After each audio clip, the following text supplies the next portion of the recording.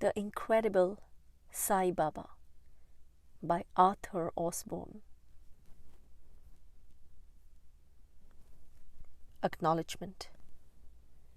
Shortly after the death of Sai Baba, the late Swami B.V. Narasimha Swami made a collection of his sayings and of anecdotes about him, which he entitled Shirdi Sai Baba's Charters and Sayings.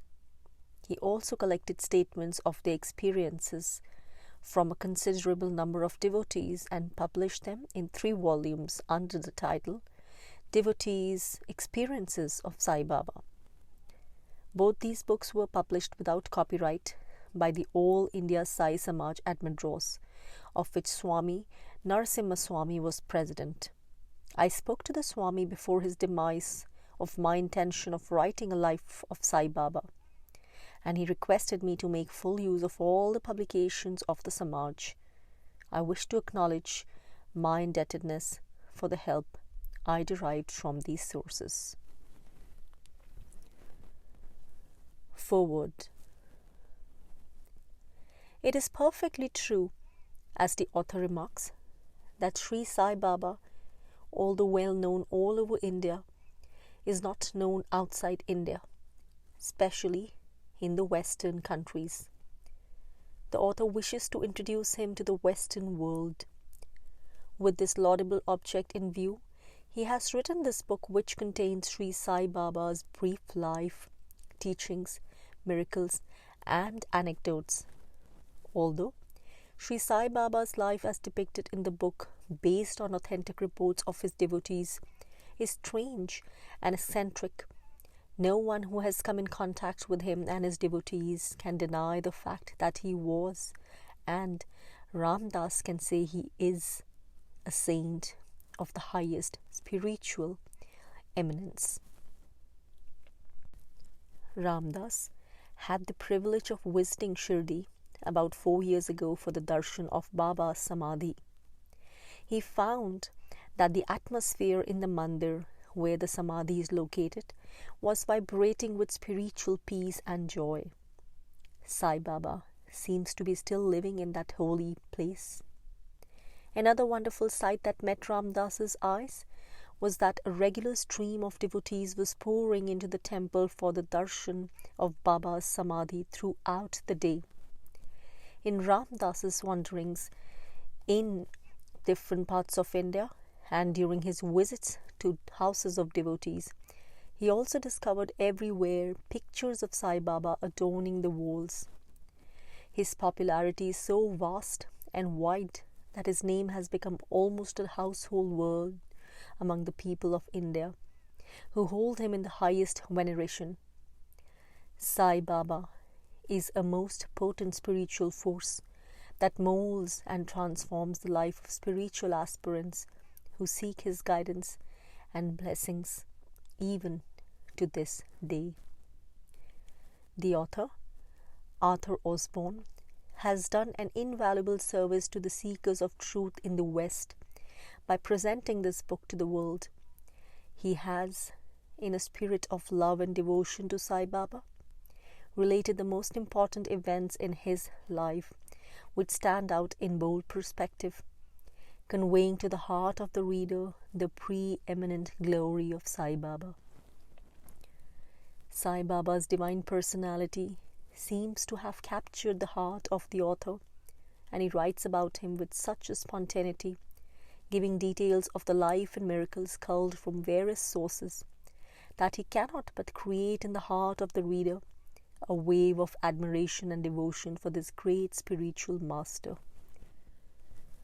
Ram Das earnestly wishes that this book should be in the hands of every spiritual aspirant, and, for the matter of that, everyone, whether he is a believer or non-believer, so that he can know how God reveals himself in the form of a unique and fully inspired saint of Sai Baba's stature.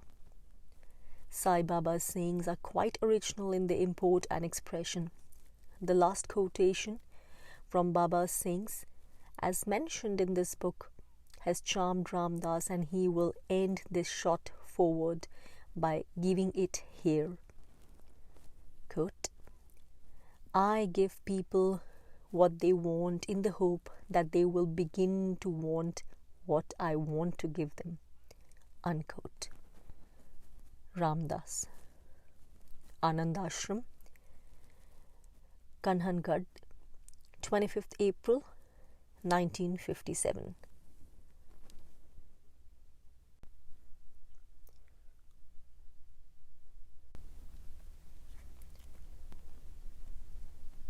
Chapter 1. Introducing Sai Baba. Look, here comes the crazy fakir again. The shopkeepers turned and looked up the street at the tall, gaunt youth who was striding towards them, energetic but aloof, speaking to nobody. No one knew who he was. He had first appeared in the little town of Shirdi as a lad of about 16 in 1872, as wandering fakirs do, none knowing whence or why. He wandered away again, roamed about for a while, and then came back and spent the rest of his life there. During his earlier visits, he lived under a neem tree, sitting there in the daytime, sleeping on the bare ground at night, eating what little food the charitable townsfolk gave him. When he stopped wandering and settled down at Shirdi, he went first to a little Hindu temple there, intending to make it his abode. But the custodian, Mahalsapati, who later became one of his closest disciples, regarded him as a Muslim fakir and refused him admission, bidding him go to the mosque to live. He did so, and the little mud-walled mosque remained his home. He spoke with the holy men, Hindu or Muslim, who occasionally passed through the town, and one of them had told the townsfolk, "Watch that young fakir. He's a jewel on a dunghill." But they had not taken much notice. It seemed more likely to them that he was a bit cracked. He did not mix with them, scarcely spoke. He sometimes said namaz, the ritualistic Islamic prayer that has to be said 5 times a day, but very seldom. He had queer habits of his own too. He kept a fire burning perpetually in the little mosque, more like a Parsi than a Muslim, and he burned little oil lamps there. Except for a handful of food, oil for the lamps was the only thing he needed, and he used to go to the shopkeepers to beg it. That was what he must be coming for now. One of them nudged the other. "Let's have some fun with him. Let's refuse to give him any oil." A sprinkling of sightseers gathered round. Refusing oil, the young fakir turned and went back with no word of complaint or beseeching. "Let's follow him back and see what he'll do," someone suggested. The old herd instinct of baiting the outsider was at work. They soon saw. Arrived back at the mosque, the fakir picked up a mud pot of water that stood there and filled the lamps from it, and they burned as with oil. There was no nudging or tittering now. In sudden awe, they fell at his feet and begged him not to curse them for what they had done. No more talk of crazy fakirs. The people of Shirdi believed now in the jewel on the dunghill. They knew that they had a man of power among them. They soon found that he was a saint and teacher with enormous compassion for those who suffered. Nevertheless, he remained bizarre, a man of mystery. Nobody knew his name. Sai Baba is not a name. Sai, pronounced approximately like Sai, is a Persian word for saint, and Baba is a Hindi term of endearment and respect, meaning father. Nobody knew why he chose Shirdi as his abode, rather a village than a town, 6 miles from the nearest railway station, not previously a spiritual center. And yet he remained there for nearly half a century until his death in 1918, while ever more devotees flocked around from the towns. If there was a personal reason, it was as strange as the whole circumstances of his life. Many years later, when he was already famous, he told a devotee to dig at the foot of the neem tree where he used to sit on his first arrival there. A tomb was unearthed, and he declared that it was that of his guru, not in this life, but in a previous incarnation. So far as this life goes, practically nothing is known of his early years. It is fairly certain that he was born of a middle-class Brahmin family in a small town in Hyderabad state. Possibly, his parents died when he was young, because at a very early age he left home to follow a Muslim fakir. A few years later, the fakir died, and he joined a Hindu guru. He was deeply attached to his guru, whom he referred to by the affectionate diminutive of Venkasa. He has told the story of how they met and of their life together. Once I was discussing the Puranas and other works we were reading with 3 friends and arguing how to attain realization. One said that we should depend on ourselves and not on a guru, because the Gita says, raise yourself. The second said that the main thing is to control the mind and keep it free from thoughts and doubts.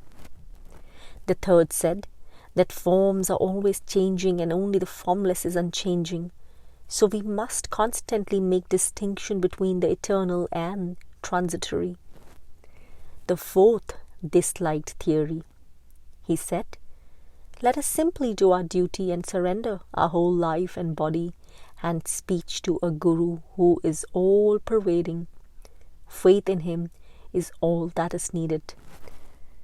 As we roamed through the forest, we met a laborer who asked us where we were going in the heat of the day and warned us that we should get lost in the trackless thickets and for no purpose. He invited us to stay and share his food, but we rejected his offer and advice and walked on. And in fact, we did lose our way in the vast, dense forest. He met us a second time and said that we had got lost through trusting to our own skill and that we needed a guide. Again, he invited us to share his food, telling us that such an offer was auspicious and should not be spurned. However, we again declined his invitation and continued on our way.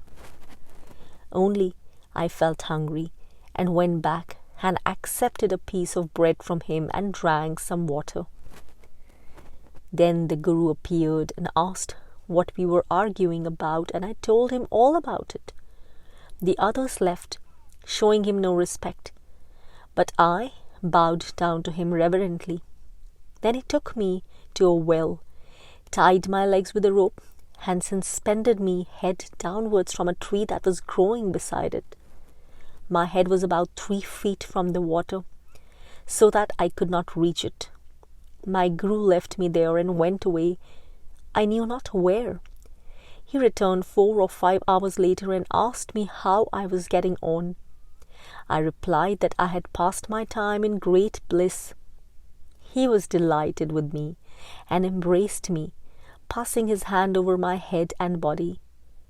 He spoke to me with great love and made me his disciple, whereupon I entirely forgot my mother and father and all my desires. I loved to gaze on him. I had no eyes except for him. I did not want to go back. I forgot everything but the Guru.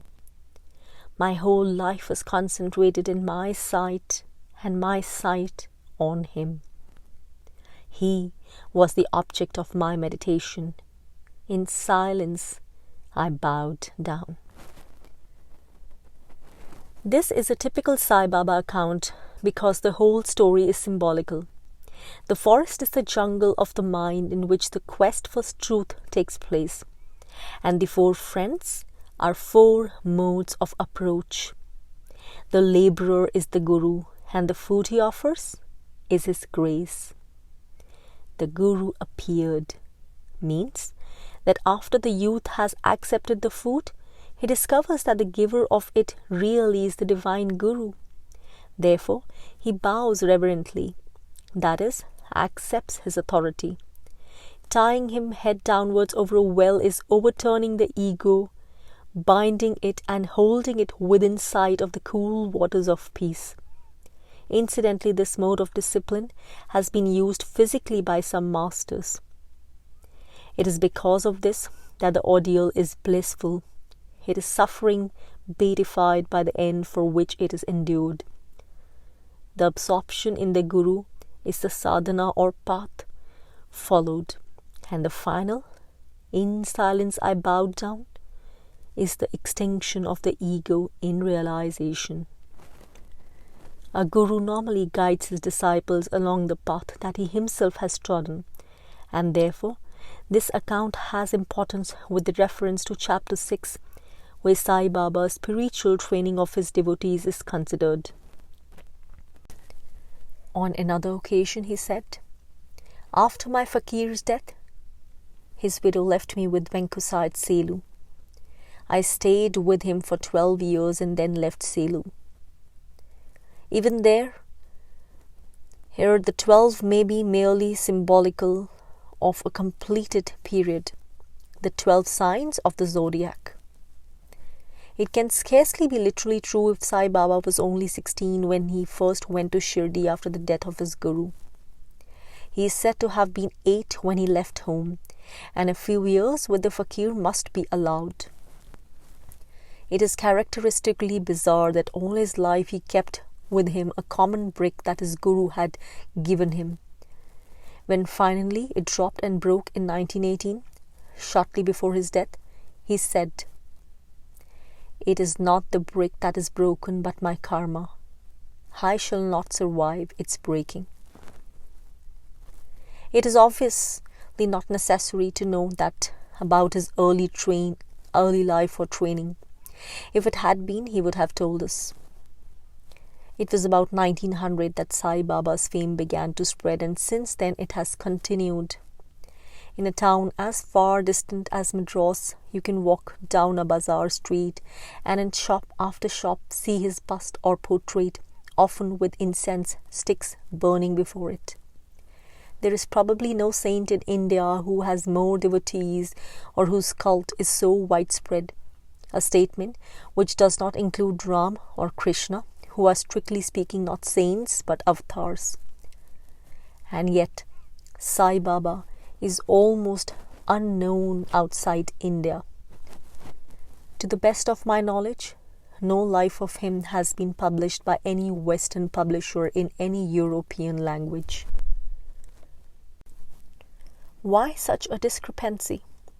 I suggest that it is because Sai Baba does not accord with the modern conception of a saint.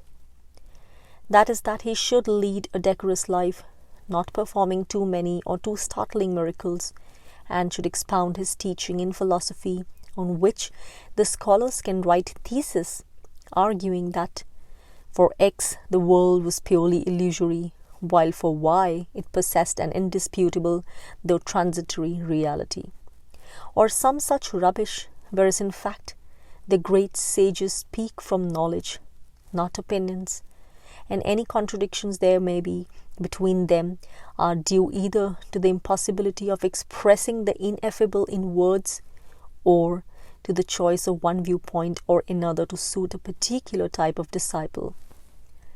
There are many different viewpoints of a mountain peak from its base, and a master may turn his light on one or another and on the path leading up from it.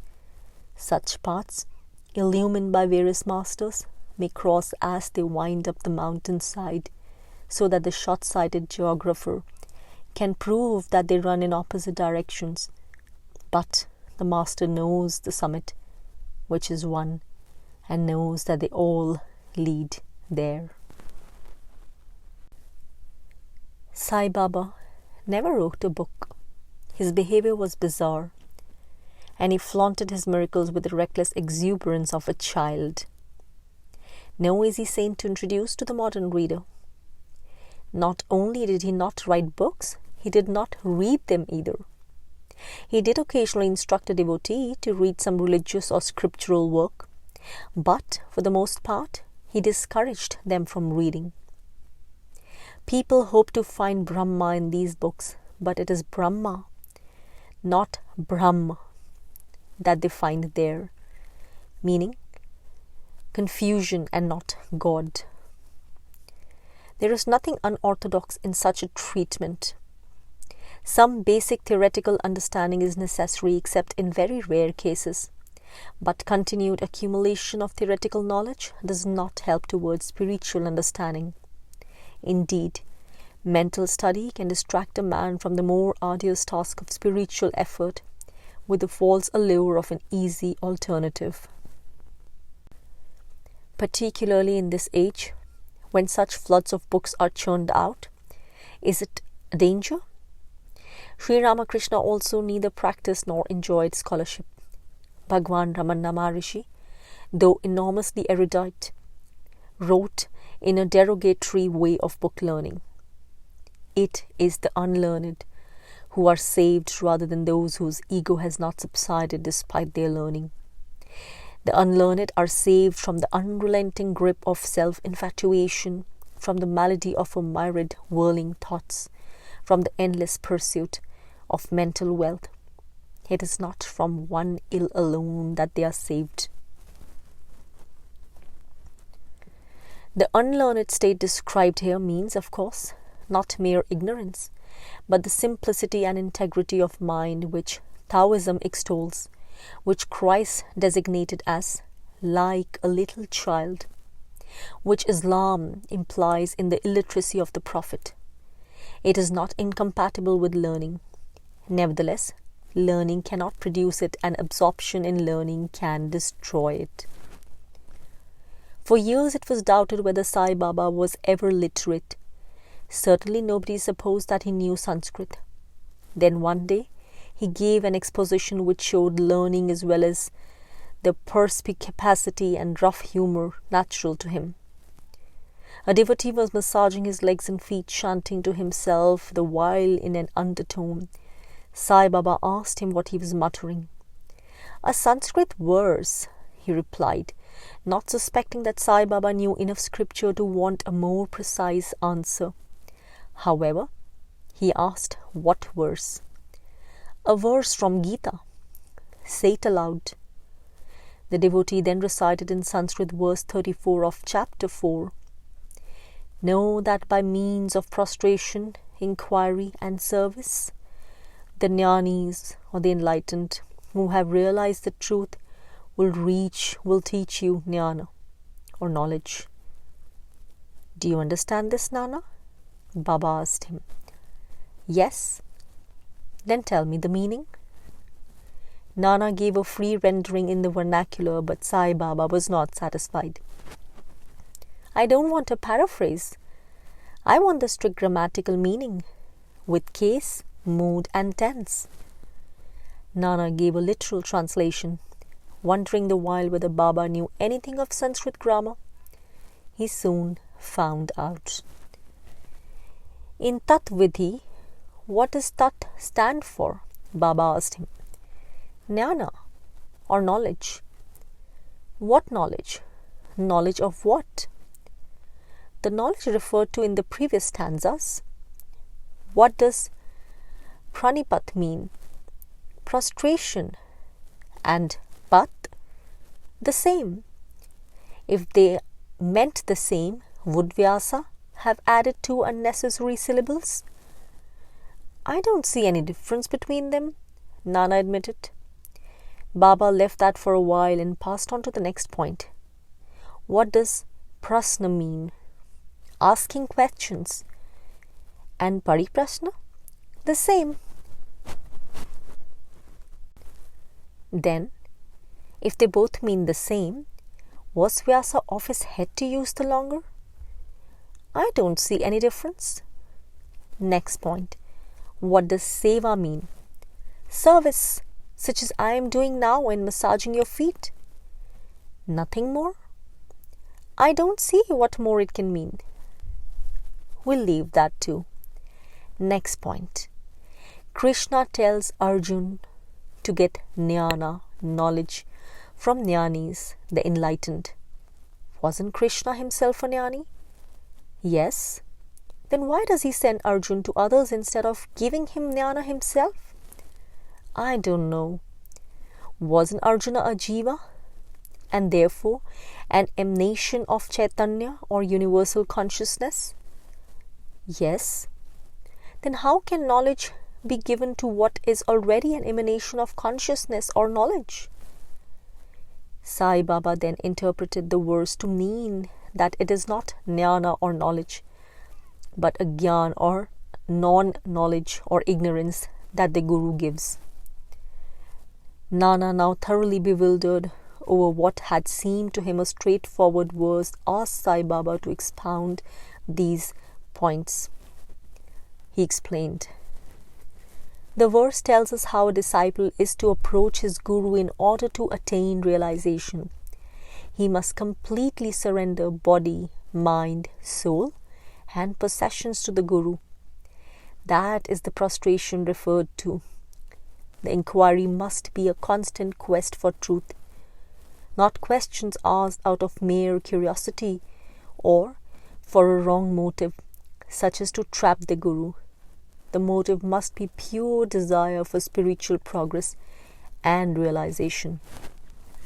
Then the service is not merely physical service, such as massaging. For it is to be effective, there must be no idea that you are free to give or withhold service. You must feel that your body no longer belongs to you, since you have surrendered it to the Guru, and it exists only to do him service. Then followed a catechism on the Guru giving ignorance. Isn't Brahma pure knowledge or being? Yes. And everything else non-being or ignorance? Yes. Don't the scriptures declare that Brahma is beyond the range of speech of mind or mind? Yes. Then the speech of the Guru is not Brahma or knowledge? No. Then you admit that what the Guru says is no knowledge but ignorance? It seems so. Then the Guru's instruction is simply a piece of ignorance used to remove the disciple's ignorance, just as we use a thorn to remove another thorn from the foot, isn't it? I suppose so. The disciple is a jiva or being whose essential nature is knowledge, isn't he? Yes. Then there is obviously no need to give him knowledge, but simply to remove the veil of ignorance that hides the existent knowledge. This, of course, is not to be done at one stroke, since the disciple is immersed in age-old ignorance and needs repeated instructions, perhaps, through life after life. And what is the nature of this instruction through speech about what is beyond speech? Isn't it like removing a cover? Incoherence, ignorance conceals the pre-existent knowledge, just as water plants cover over the surface of a pond. Clear away the plants and you have the water. You don't have to create it, it's already there. Or take another example. A cataract grows on the eye and prevents man from seeing. Remove the cataract and he sees. Ignorance is the cataract. The universe is the effervescence of the indescribable Maya, which is ignorance. Yet ignorance is needed to illuminate and dissolve this ignorance. Divine knowledge is to be realized, not taught. Prostration, inquiry, and service are the true methods by which to obtain the grace of the Guru. It is an illusion to suppose that the phenomena are real. That is the screen of ignorance which hides knowledge. Tear it off, and Brahm, or knowledge, will shine forth. Ignorance is the seed of samsara, or birth and death. Put the medicine of the Guru's grace on the eye, and the screen of Maya lifts, leaving only jnana. Jnana is not something to be attained. It is eternal and self-existent. On the other hand, ignorance has a cause and an end. The root of it is the idea that the devotee is a separate being from God. Remove this, and what remains is jnana. Now the question, why Krishna referred Arjun to other gurus instead of giving him jnana himself? Did Krishna consider other jnanis separate from himself, or their teaching different from his? No. So their teaching would expound it. He did so, and no record was kept. A book whose vigor and profundity one can imagine from the above fragments, simply evaporated and was never written down. Even this, however, is enough to show that when Sai Baba did talk theory, it was the purest Advaita, the doctrine of non-duality. That is the very essence of spiritual teaching. Now, the question of miracles. In recent times, most spiritual masters have largely abstained from miracles. The more materialistic an age is, the more it is impressed by signs and wonders which, as Christ warned his followers and is universally recognized in India, are by no means always spiritual in provenance. Therefore, the use of them is usually deemed inadvisable. Or perhaps it is presumptuous to say what the masters deem inadvisable or why, and is better simply to state the fact that they are sparingly used. The divine grace may manifest in various ways in the ambience of a great saint or master, but that is different. It does not imply open or deliberate acts. Devotees of Bhagawan Ramana Maharshi, the supreme sage of modern times, remarked how prayers to him were answered, sickness cured, dangers averted, although he overtly performed no miracle. When asked for an explanation of this, he said, "It is enough for the thoughts of a jnani to be turned in any direction, and the automatic divine activity begins." All such activity was as discreet and inconspicuous as possible, but not so with Sai Baba. His miracles were flamboyant, nothing automatic there. Two stories will serve to illustrate the difference. A lady died at Tiruvannamalai. The bereaved husband could not take the body for cremation as rain was pouring down the whole day from a leaden sky, and in the Indian climate, it is both unwise and illegal to keep a body more than 24 hours before burial or cremation. He went and told the Maharshi. Looking up at the sky, the Maharshi said, as anyone else might, "I think it will clear up." The devotee went back to his house and immediately ordered the bullocks to be yoked to the cart to take the body into town for cremation. Such was his faith in every word the Maharshi said, and in fact, the rain held off long enough for this purpose. And now, the other story. Shirdi was some 6 miles from Kopargaon, the nearest railway station, and the only conveyance was a horse carriage. Some visitors to Sai Baba urgently needed to catch the night train in order to return to Bombay, but a terrific thunderstorm was raging. Sai Baba looked up and shouted, "Hey, enough of that! Stop it now! My children have to go back!" And the storm stopped. However, there was purpose in his miracles. How varied the purpose will appear later in this book. He said, "I give my devotees what they want so that they will begin to want what I want to give them." Even apart from his miracles, there was something bizarre about Sai Baba. A strange figure teaching Hindus and Muslims alike, keeping a sacred fire burning in a mosque, raging at his devotees, even beating them with sticks, answering unspoken thoughts flinging stones and abuse at an unbelieving visitor to drive him away, or performing a miracle to attract him, openly asking for money and then giving it away to others. He was a spiritual gargantua, or before whom Gargantua is dwarfed to a schoolboy. He would fly into a towering rage for no reason that could be seen, pouring out abuse, but the storm would pass and he would suddenly speak graciously to someone who had just arrived or was taking leave. He would repeat Islamic sacred phrases, Arabic, Persian, seldom or never Hindu, but in an undertone, as though not wishing to be heard. He had strange rites too. He would stand before the ritual fire and rub coins together. One of his closest devotees, Das Ganu, has described this. Sai Baba occasionally performed strange rites between 1 and 2 in the afternoon at the mosque, alone and with cloth screen in front of him. He would take out purse of some 10 or 15 old coins of various denominations from a quarter anna to 1 rupee and drop them constantly but gently between his fingertips. I don't know whether he said any mantra, the while the coins' surfaces were worn smooth by this.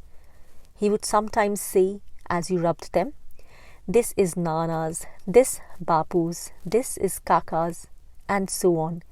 But if anyone approached, he would gather them up and put them back in the purse and hide them. Obviously, the coins symbolized devotees on whom he was working spiritually, transmitting grace, uplifting and supporting them. Every master does so, but Sai Baba used symbols where, with another, there might be no outward sign. A Muslim devotee who was a personal attendant on Sai Baba has described another strange rite. Baba used to sit behind a pillar in which a lamp was ensconced and kept burning permanently. He usually sat behind the pillar, not in front of it, so that from where he sat, the lamp was not visible. I never saw him gazing at the lamp. I used to fill mud pots with water and place them near him. He would sit with 2 of them beside him and keep on pouring out water in various directions. I can't say why he did it or whether he uttered any mantra the while. Once again, it must have been a symbol of the overflowing of grace. There was no greater peculiarity than his way of sleeping. For a large part of his life, he slept on a plank 5 feet long by 1 foot 3 inches broad, suspended from the roof by flimsy strips of old cloth. It was some 6 feet above the ground, and a number of lamps were placed loosely upon it. Levitation must have been necessary not only to get onto it, but to stay on without breaking the supports, and there can have been no normal sleep. Once, when Das Ganu and a few others went to look at the plank, he seized it in a fit of anger and broke it to pieces. An explanation of this strange mode of sleep can be found in a very fundamental comment made by Mrs. Manager, a Parsi lady. One noticeable difference between Sai Baba and other saints struck me. I have visited other notable saints also, and have seen them in a state of trance or samadhi in which they were entirely oblivious of their body. Then I have seen them recovering consciousness of their surroundings, knowing what is in our hearts and replying to our questions. But with Sai Baba, there was this peculiar difference. He did not need to go into samadhi in order to achieve anything or to attain any higher status or knowledge. He was every moment exercising a dual consciousness, one actively utilizing the ego, called Shirdi Sai Baba, and dealing with other egos in temporal or spiritual affairs, and the other transcending all ego and abiding in the state of universal soul. He was constantly exercising and manifesting the powers and features proper to both states of consciousness. Other saints would forget their body and surroundings and then return to them, but Sai Baba was constantly both in and outside the material world. Others seem to take pains and make efforts to read the contents of people's minds and tell them their past history. But with Sai Baba, no effort was needed.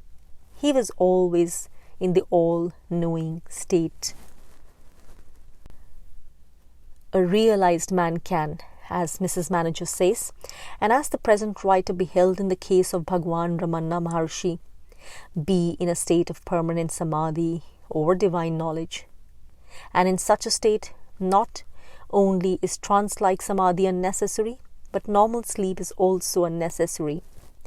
It is not the oblivion commonly known as sleep that he experiences, but the luminosity of samadhi.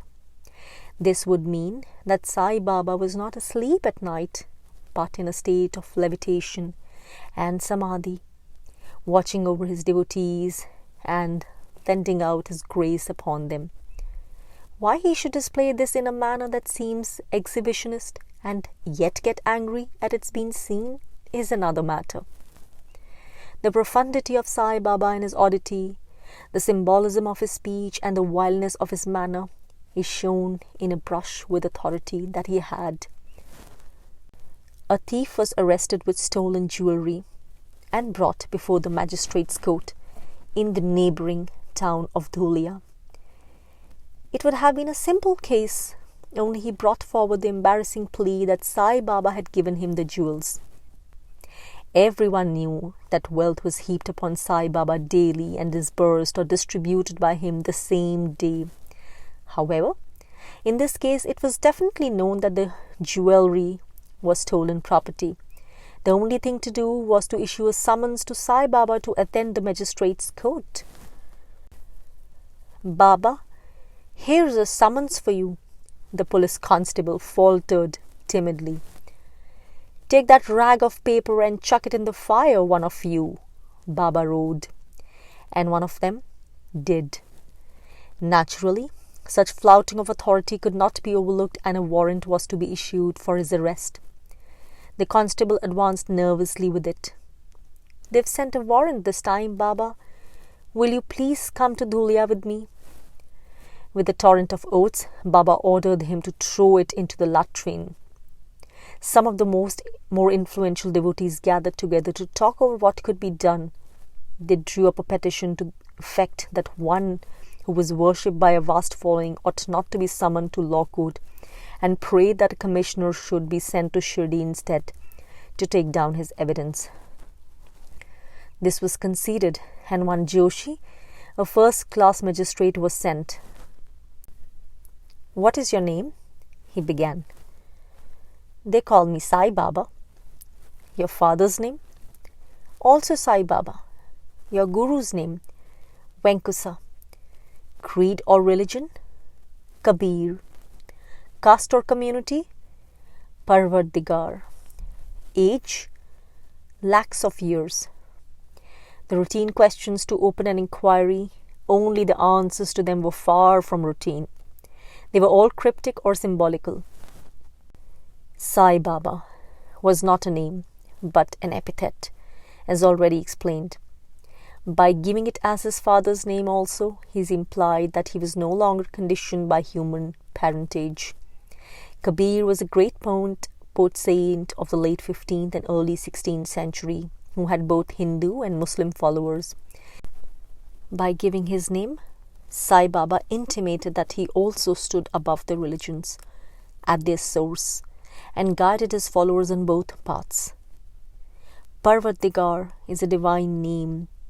It is recognized that one who has attained self-realization is above the four castes, in the divine state. This was the implication. As for the reply about his age, it implies that he was beyond the limitations of time established in the eternal now of spiritual awareness. Coming on the heels of this, the next routine question must have sounded peculiarly apt. "Will you swear that you are going to say is the truth?" "The truth," he affirmed briefly. "Do you know the accused?" "Yes, I know him." That at least sounded satisfactory, but only until Sai Baba added, "I know everyone." "He says that he is your devotee and has stayed with you. Is that so?" Yes, all are with me, all are mine. An affirmation of the universality of the divine man, but not much use as legal evidence. Did you give him some jewels, as alleged by him? Yes, I gave them to him. But once again, the clear statement was bedeviled by metaphysics. Who gives what, and to whom? If you gave him the jewels, how did you get possession of them? Everything is mine. The magistrate now lost his patience. All this might be good metaphysics, but it was bad evidence. Baba, he expostulated, this is a serious charge of theft. That man says that you delivered the jewels to him. Baba also lost patience. What is all this about? What the devil do I have to do with it? And he strode away. Subsequently, the question of giving evidence was dropped because it was discovered that the accused had not been at Shirdi at the time of the theft. It is interesting to note that Sai Baba was not asked to sign his statement. He never signed any paper. He had no name to sign. It was about 1900 that Sai Baba's fame began to spread. In the last decade of his life, Shirdi was constantly thronged with visitors. The sick were healed. The childless obtained families. The doubting acquired faith. Towards the end, magnificent annual celebrations were held with steed and chariot and caparisoned elephant and for royalty. Sai Baba disliked all this pomp but gave in to the importunity of his followers. Daily wealth poured in and was disbursed like water, so that when he came to die, he had with him just as much money as was needed to cover his funeral expenses. Since his death, the number of his devotees has increased, not diminished. How is it then that he has remained unknown in the wider world outside India? I have indicated the answer already. There is a great deal of faith still remaining in India. There are holy men, though for the most part discreetly unknown. There are genuine sadhus and fakirs, wayfarers on the path, as well as frauds. But there is another side of the picture also. Westernized, educated, urbanized India is captivated by Western ideals of science and progress, whether through democracy or communism, and is very sensitive about being thought backward or superstitious. It is the products of this India who write books for foreign publishers and overseers sale. No wonder then that they shrink from proclaiming a saint who taught in miracles instead of books.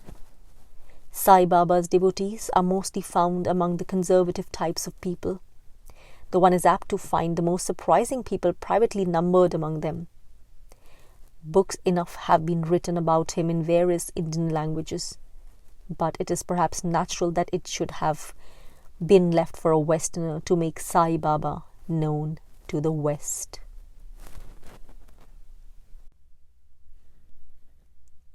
Chapter 2. The Guru and his family. Bizarre, yes, but that should not blind us to his loving care for his devotees and the spiritual development he brought about in them, nor to the love and devotion they felt for him. It will perhaps be best, therefore, to open this chapter with a statement of this by one of his devotees, the Mrs. Manager already referred to. Quote, one's first impression of Sai Baba was of his eyes. There was such power and penetration in his gaze that no one could long look at him in the eyes. One felt that he was reading one through and through. Soon one lowered one's eyes and bowed down. One felt that he was not only in one's heart but in every atom of one's body. A few words or a gesture would reveal to one that Sai Baba knew all about your past and present, and even the future, and about everything else.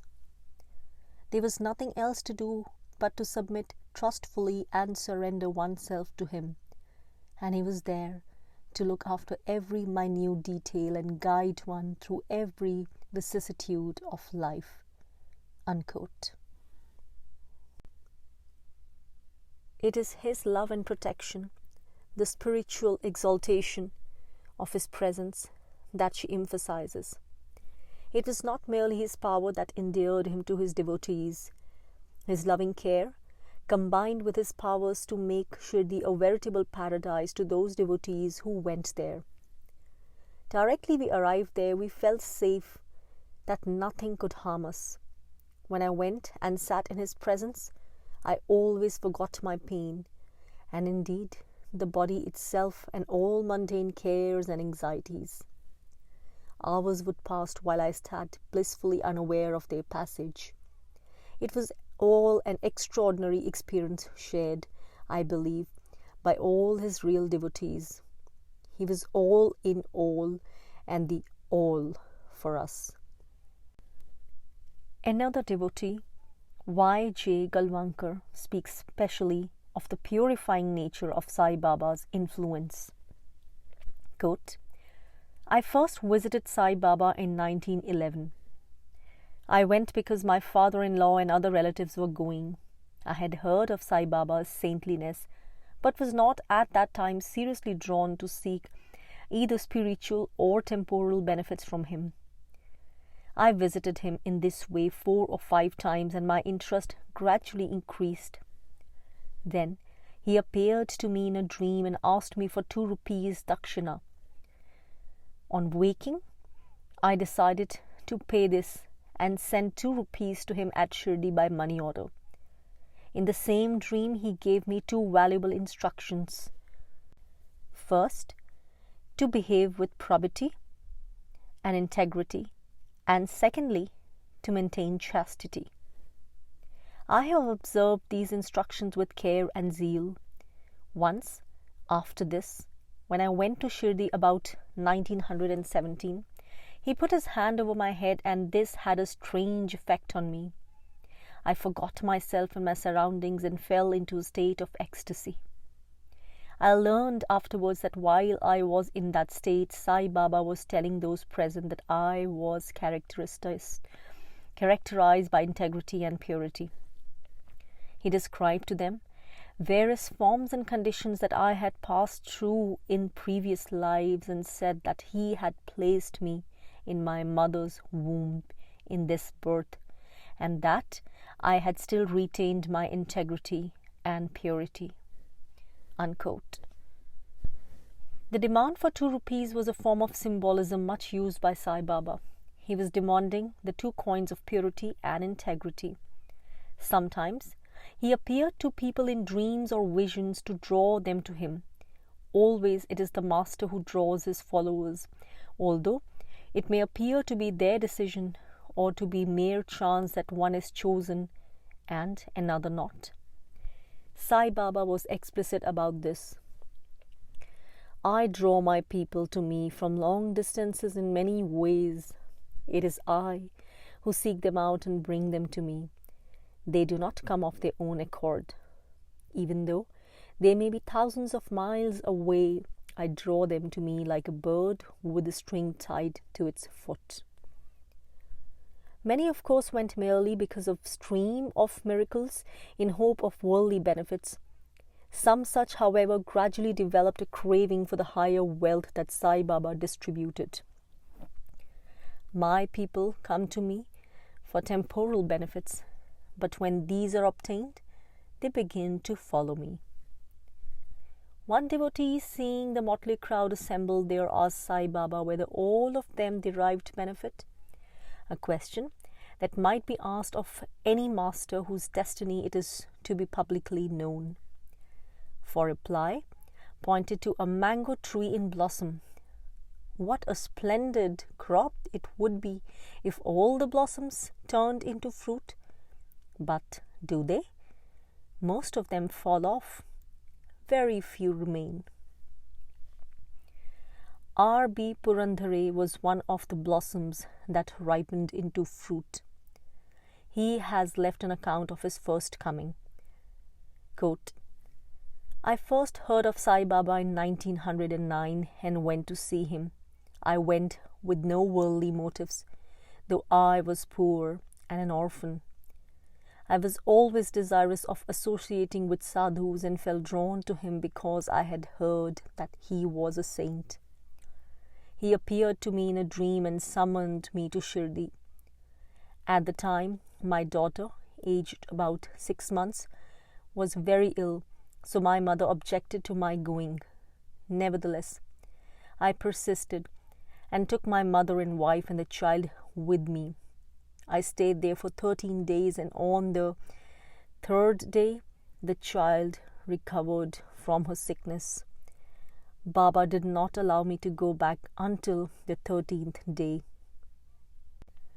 I did not ask him about anything, but he told my mother that he had been connected with me for 7 centuries and would never forget me, however far away from me, and would not eat a morsel of food without me. With Baba's permission, I left for Nasik and from there returned to our home at Dadar. On arrival there, my wife got an attack of cholera and the doctor gave her up as hopeless.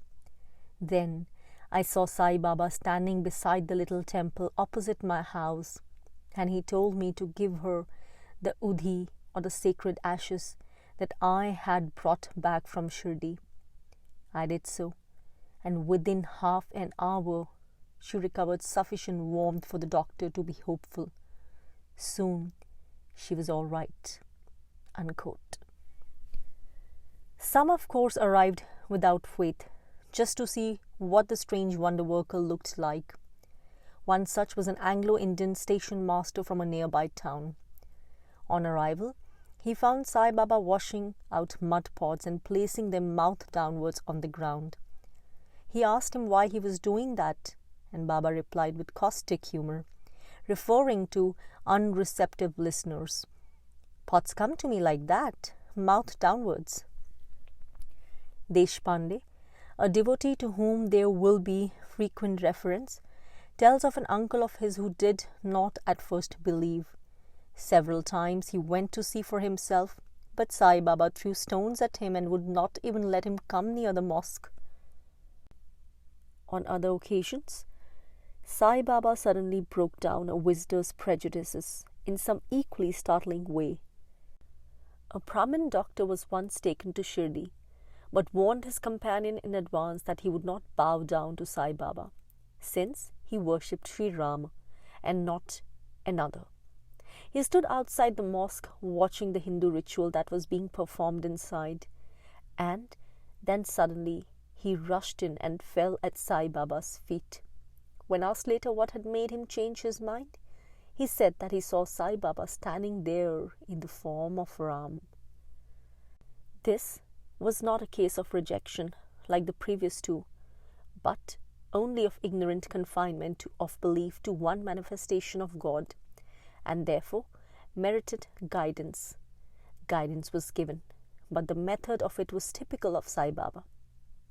Another master might have explained that all gurus are one in so far as all manifest the one self and draw devotees back to the one.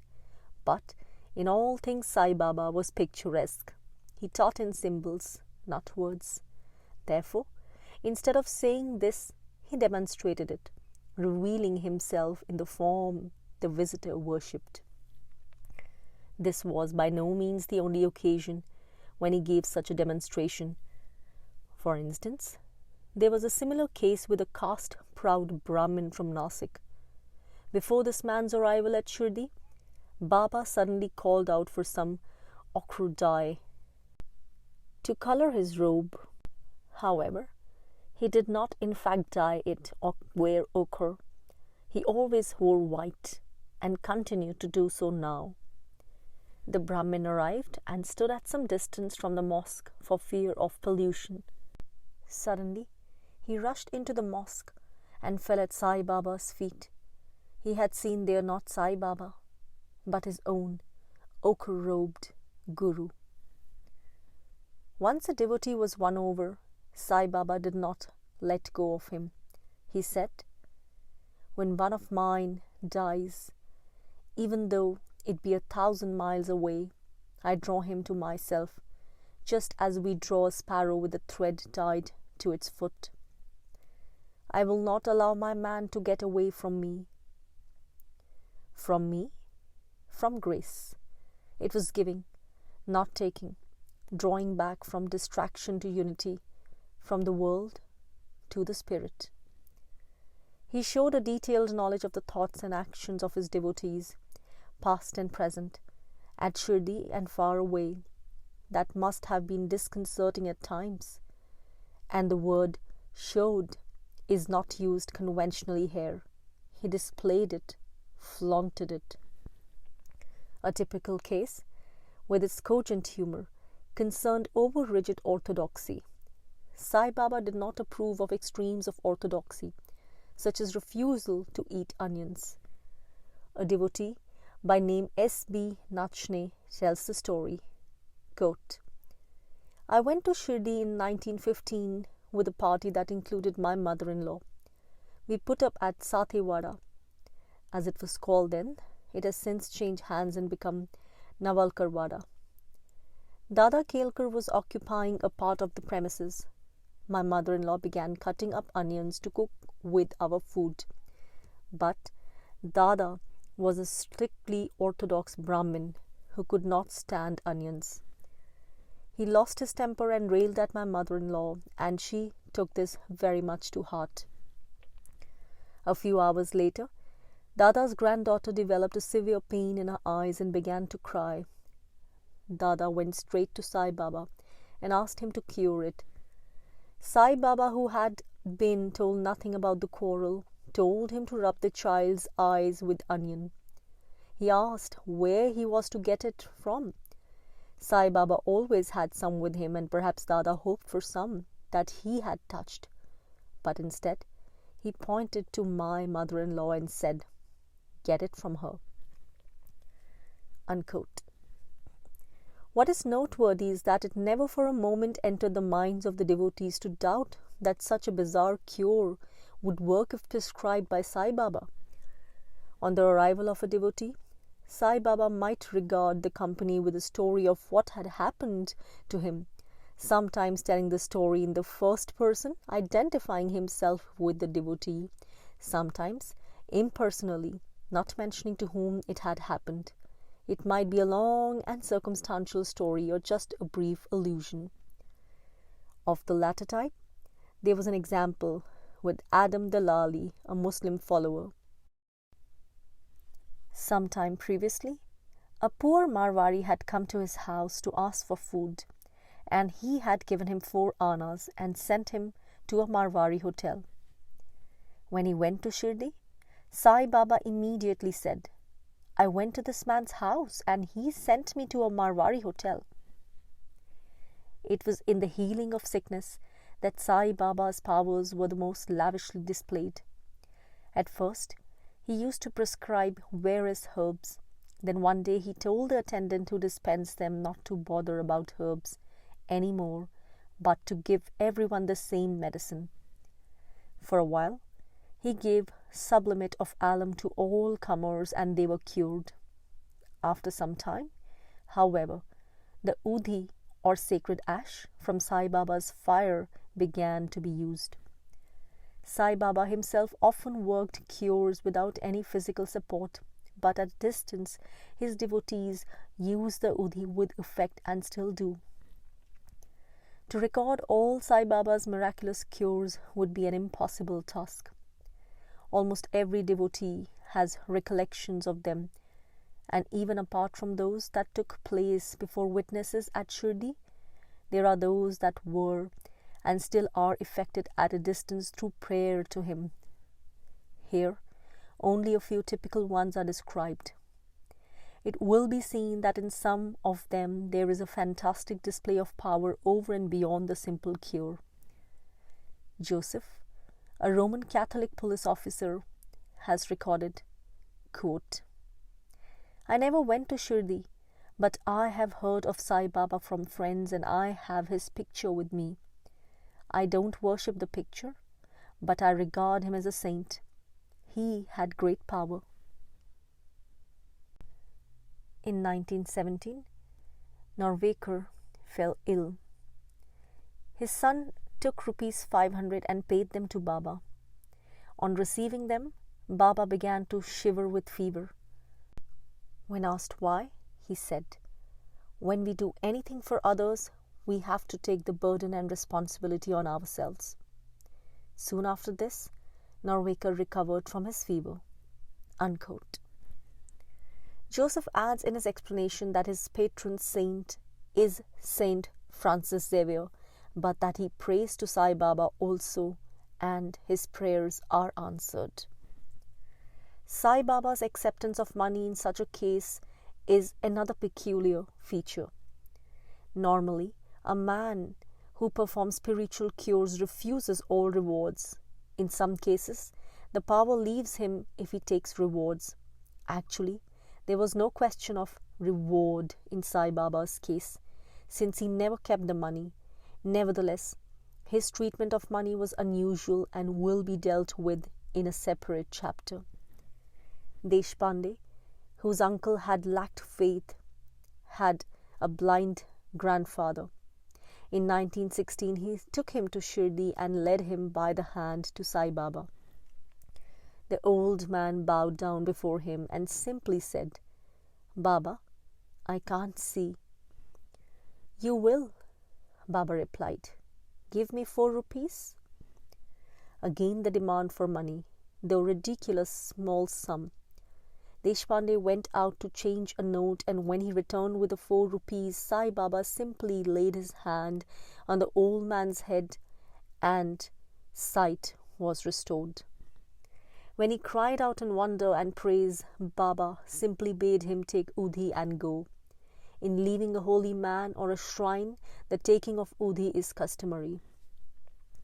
Another case, perhaps more surprising, is recorded when a blind woman cried out, "Baba, I want to see you with these eyes." Immediately she was able to see, but no sooner did she go out from his presence than her blindness returned. What she asked for had been granted. In 1913, B.U. Bahalkar's little son had high fever for 5 or 6 days, and the doctor told him there was little hope. Bahalkar then sat down and prayed to Sai Baba.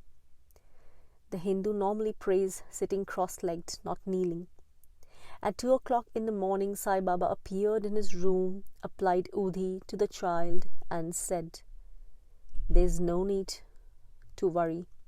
In 2 hours the boy will perspire and in the morning he will feel better. When he's quite well, bring him to me." Of course, it happened as he said.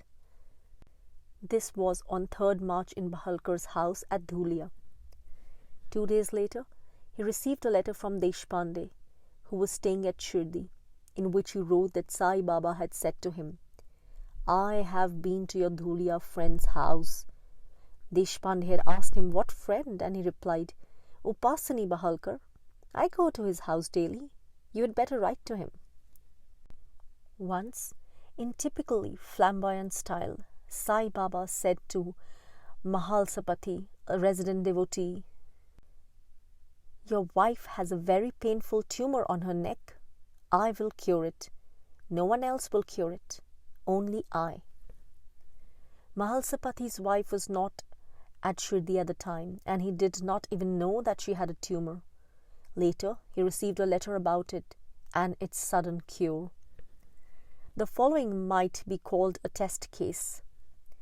Mr. W. Pradhan, a justice of the peace, had related how his young son Babu fell ill.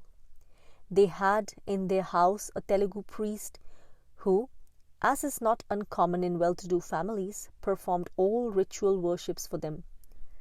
This priest, Madhava Bhatt, was strongly attached to the family but was not a devotee of Sai Baba. On the contrary, he thought the child's sickness might be a punishment for worshipping one whom he considered a Muslim. He therefore asked the parents to go and make a vow to Datta, an aspect of God which they worshipped, and pray for the child's recovery. but they told him that Sai Baba was Datta.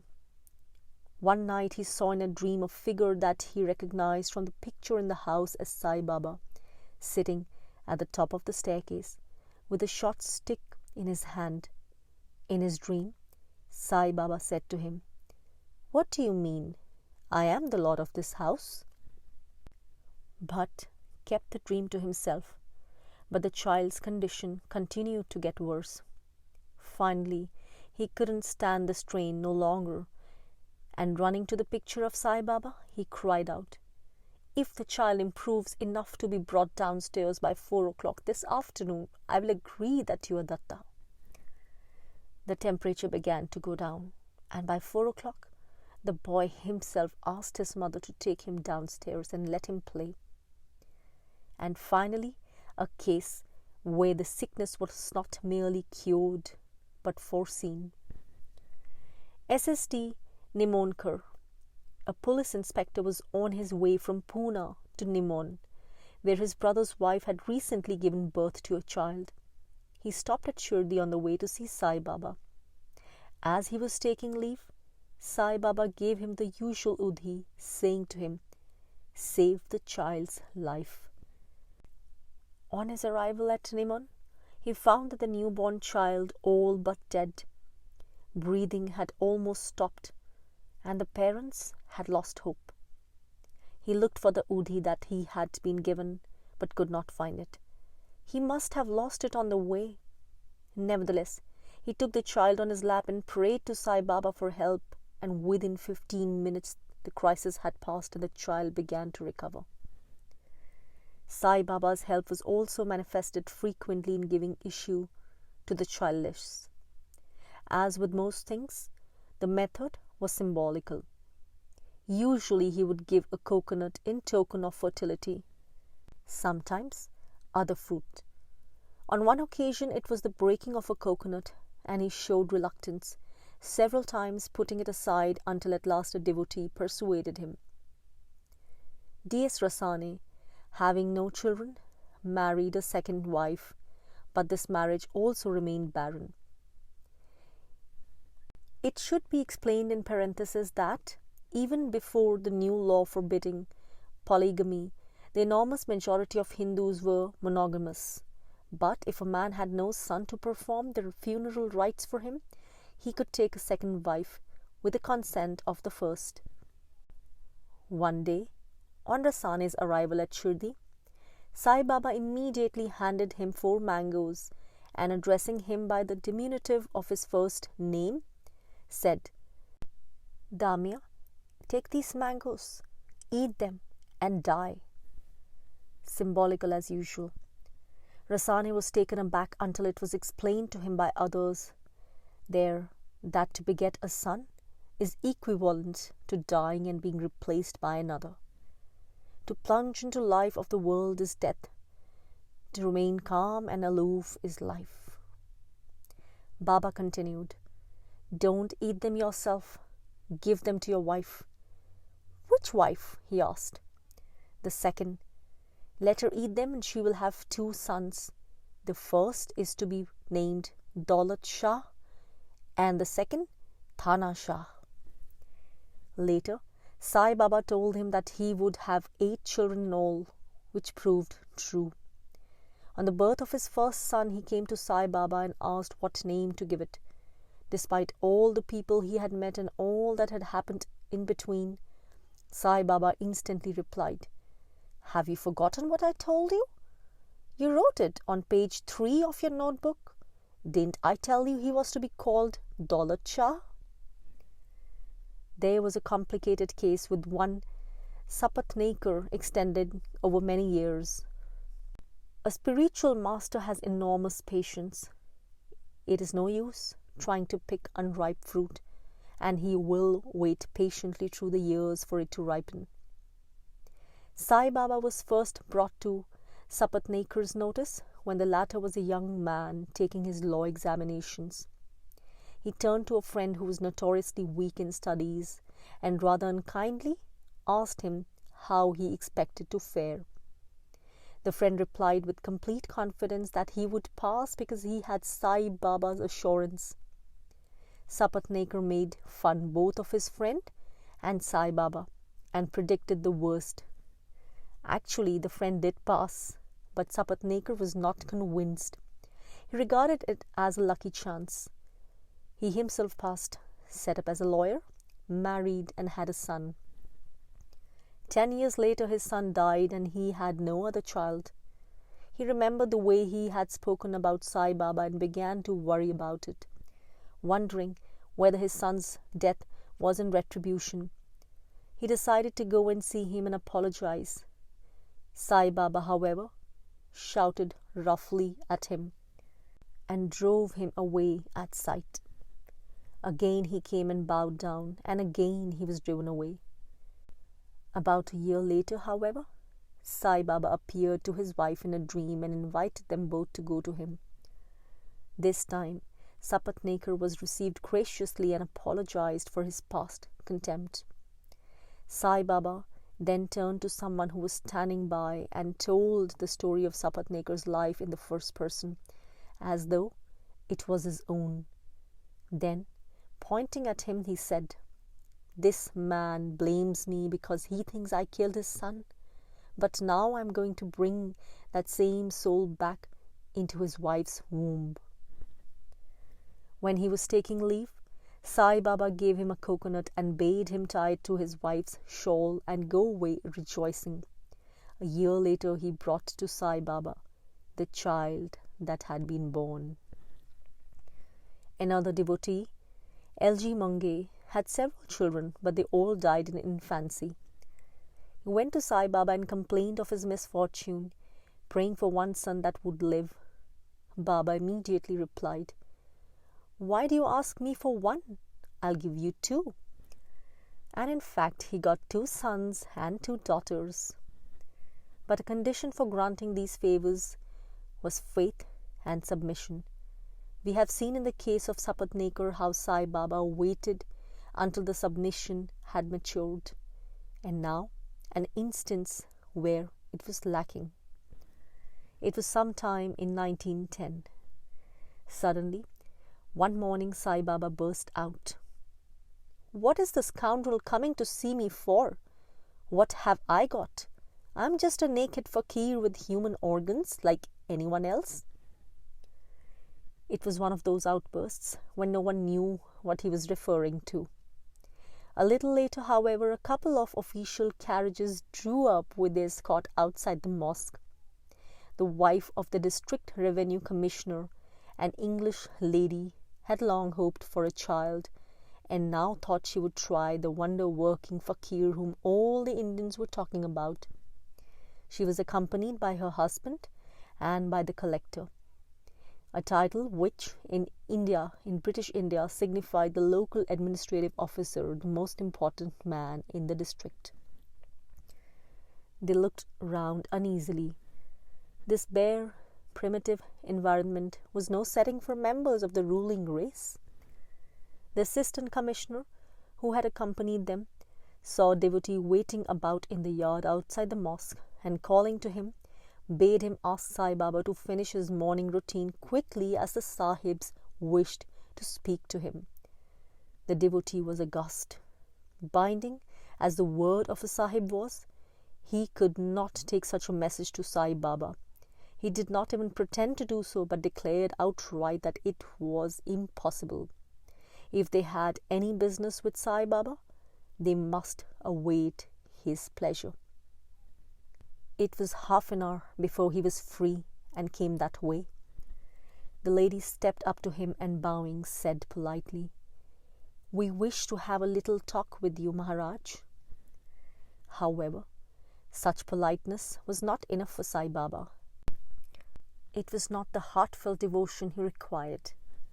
He said roughly, "You must wait half an hour. I have to go and beg." All his life, however, much wealth flowed in. Sai Baba retained his custom of begging his food. Actually, he went only to a few houses which considered it an honor to feed him, and sometimes he delegated devotees to beg for him. To make the white sahibs wait while a fakir begged his food was a lesson in humility. typical of his bizarre humor. Also, it was open to them to remove the necessity for begging by contributing or obtaining supplies for him if they had thought of doing so. It was not half an hour, but only 10 minutes later when he returned. Again the lady bowed and repeated her request. "Wait an hour longer," he replied. The officers of government had not the time, nor were they disposed to be made fools of in this way by a mere fakir. They got into their carriages and rode away, and the lady remained childless. Cures for the sick and children for the barren were the most frequent benefits, but whether it was an examination to pass, a job to obtain, a lawsuit to win, or a marriage to arrange, devotees would appeal to Sai Baba, and if the request for aid was made with faith and sincerity, it was likely to be granted. So much can easily be said of Sai Baba by all mere observers from the outside, explained G.G. Narke, a professor of geology at the Deccan Gymkhana College of Engineering, and a devotee to whom we shall often have to refer for a deeper interpretation of Sai Baba. Quote, "But anyone who judged him from the outside like this was very far out in his appraisal. Baba was, of course, adapting himself to the capacity for understanding of the people who came to him for help and protection. Most of them were superficial and sought only material benefits, and to them he did not reveal his inner nature. But when anyone capable of diving deeper came to him, he revealed more of himself and his true powers." Unquote. Sometimes, in performing a miracle, he would say, "I will do this." More often, however, his reply would be, "Allah acha karega," God will put it right, or "Allah Malik hai," God is the ruler. It was a peculiar custom of his to refer to God as the fakir, and when refusing a request he would often say, "The fakir will not let me do that," or "I can only do what the fakir orders me to." He often did refuse. Sometimes he would explain that to prolong the life of a sick person would only cause prolonged suffering. Sometimes he would promise to bring him back in a new birth. Sometimes, when asked to bless with issue, he would say that there was no child in that person's destiny. Not that this always deterred him, for at least on one occasion he granted a child out of his own destiny, declaring that there was none in that of the petitioner. Sometimes he would give no explanation at all, but simply refuse, saying, "Allah Malik hai," or "The fakir will not let me." B.A. Patel was a landowner and revenue officer. His aged father had a stroke. He went to Sai Baba to ask for udhi for him, but Sai Baba said, "I will not give you udhi. Allah Malik hai." 3 days later, the father died. This Patel was very proud of his physical strength. It was in 1913, when Sai Baba was already old and frail, and Patel would often massage his legs and then pick him up bodily and carry him to the fire. One day, soon after his father's death, he tried to do this, but was utterly unable to move him. Baba laughed at him, and Patel records, "He taught me 2 things, not to be proud of my strength, and not to grieve for my father." Sai Baba said to him, "Why should you grieve? In 5 months he will return." In 5 months a son was born to Patel. There is the plain meaning. That was the rebirth of his father, or the profounder meaning that the life force which had taken on a form to which he was attached would do so again, since he had failed to destroy attachment at its roots. A woman's young son was bitten by a cobra, and she cried out and begged Sai Baba for udhi, but he did not give it, and the child died. H.S. Dikshit, one of the oldest of the devotees, implored him, Baba, her crying is heart-rending. For my sake, revive her son. Here again, as in the incident of curing a child's eyes with onion, it is striking to see that there was never the slightest doubt that he could do this. Sai Baba replied, "Do not get entangled in this. What has happened is for the best. He has entered another body in which he can do specially good work which he could not do in this one. If I draw him back into this body, then the new one he has created, the one he has entered, will have to die for this to live.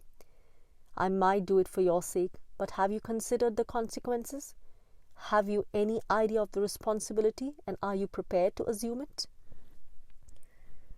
Death to one form is always birth to another, except in the case of the jnani, the fully enlightened or self-realized sage, who passes beyond forms to the formless infinite, which is spoken of as moksha or nirvana.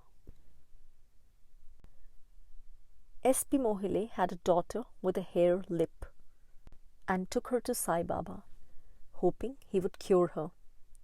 As soon as he arrived, Sai Baba said, "I know what you have come for, but it would be useless. The girl is of divine nature, and her life on earth will be short.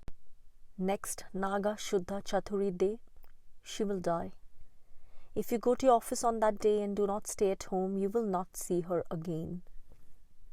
It happened so. She died on that day, while her father, who had ignored the warning, was at his office. At least one case is recorded when Sai Baba wrestled in vain for life. There was an outbreak of bubonic plague in Nigoj village, and the wife of the patil or squire had fallen ill. Sai Baba was passing that night at the Chavadi or rest house with Mahalsapati in attendance.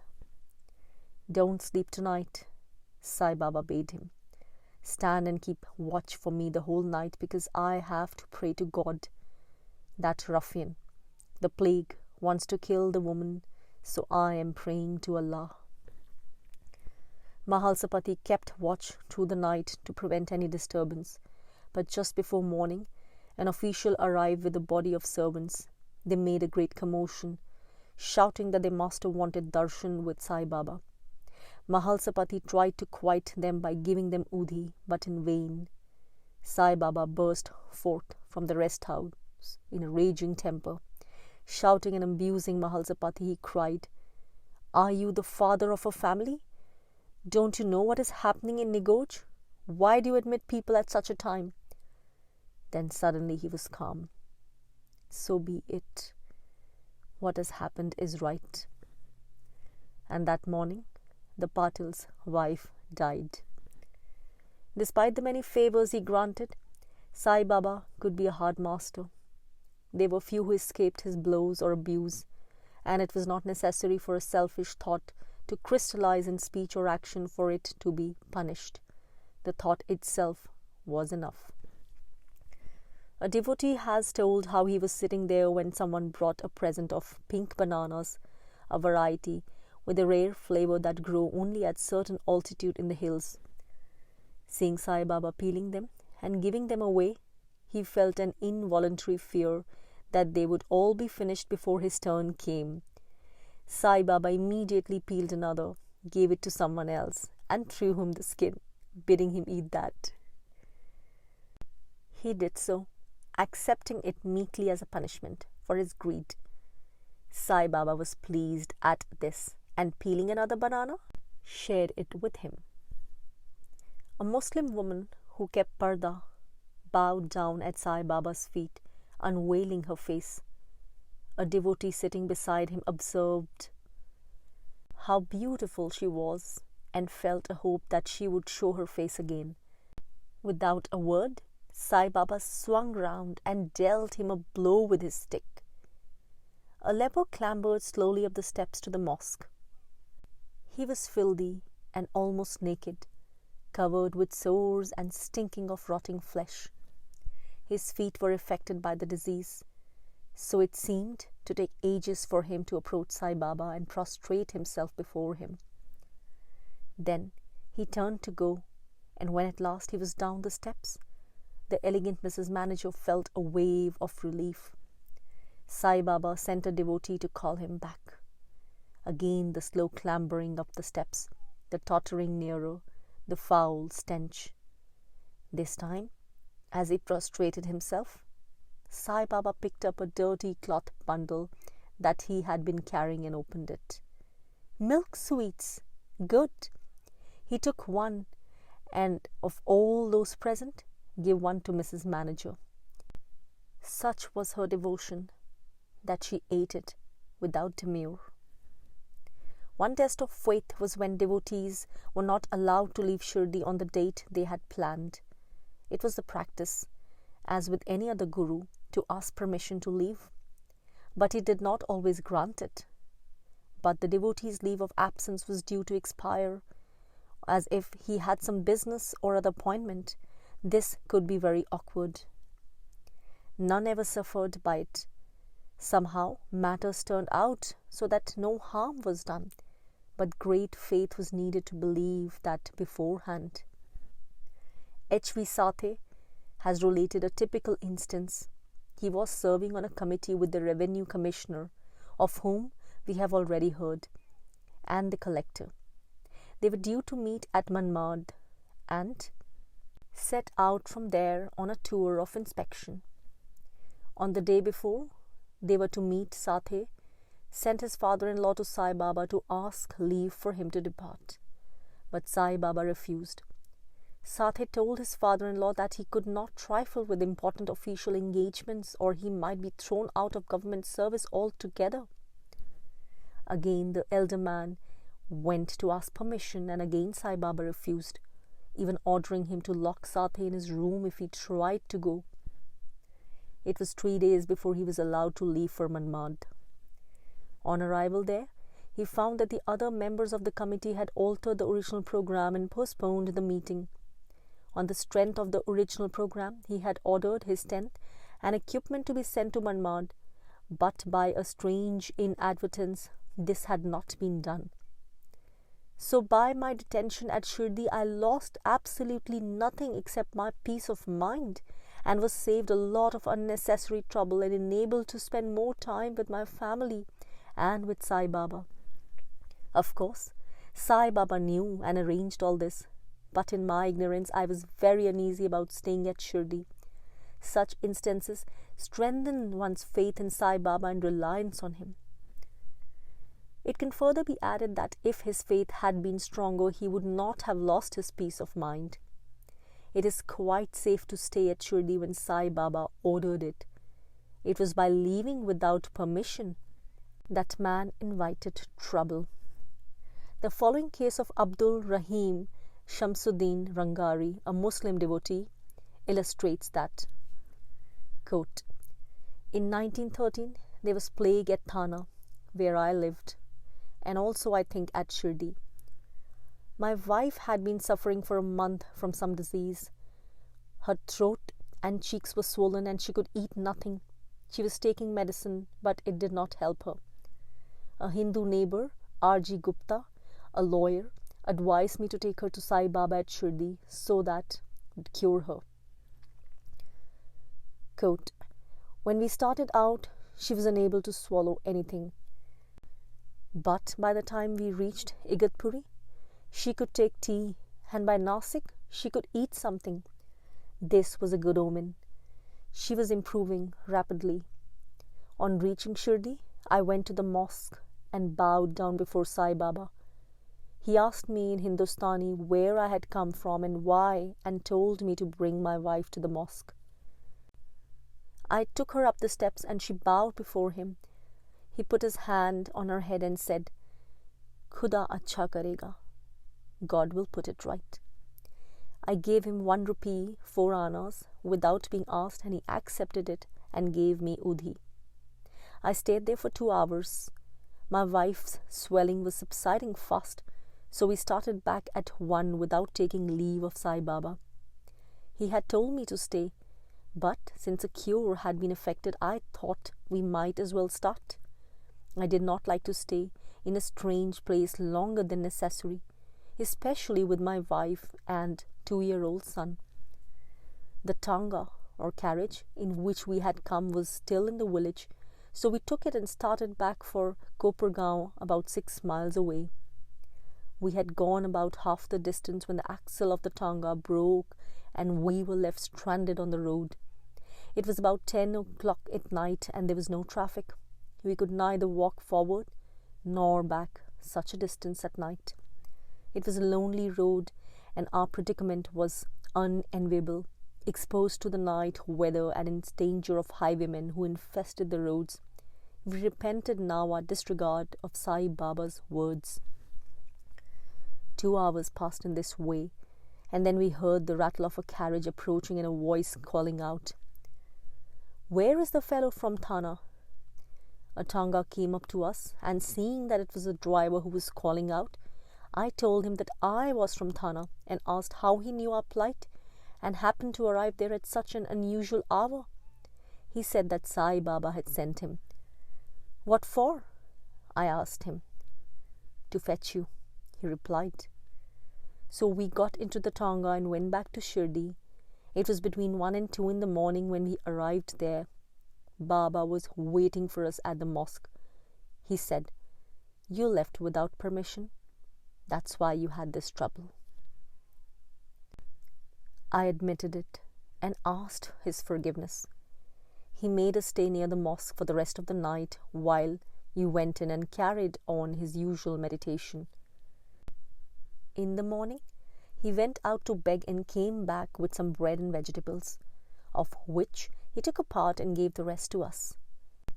My wife was able to eat solid food. Then he gave us leave to go.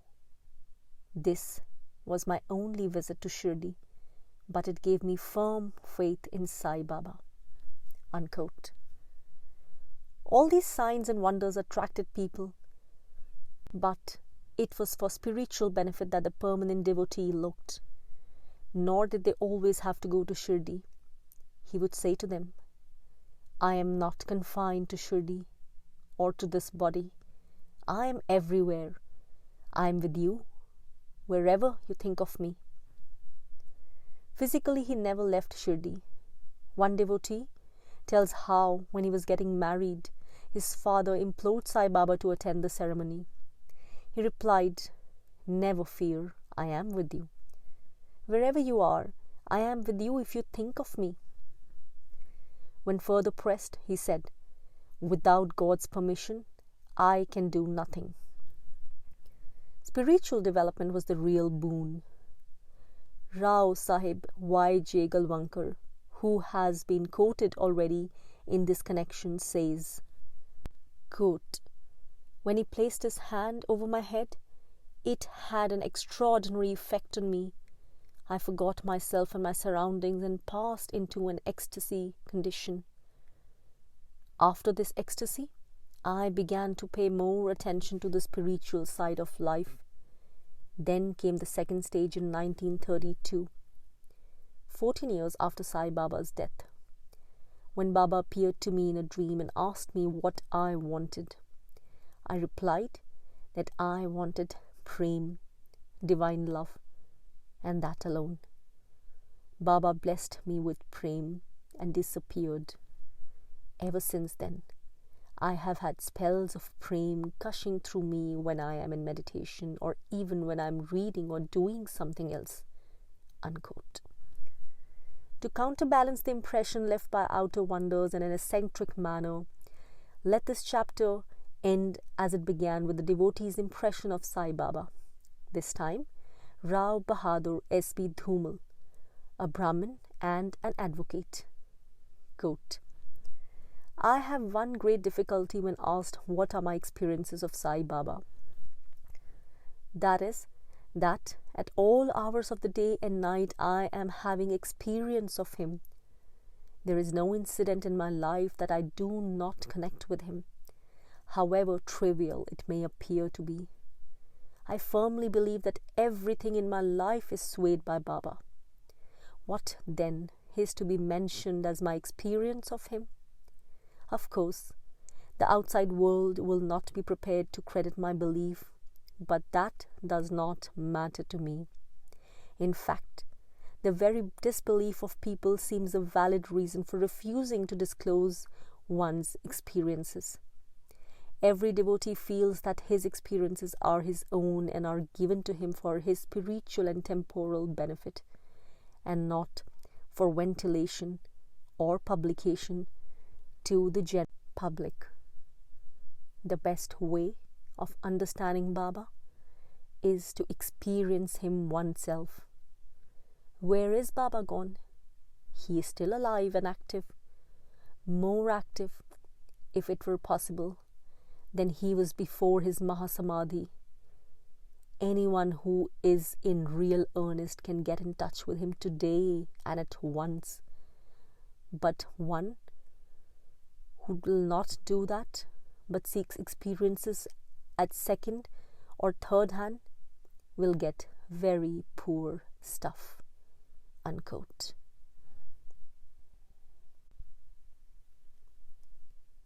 Chapter 3: Hinduism and Islam.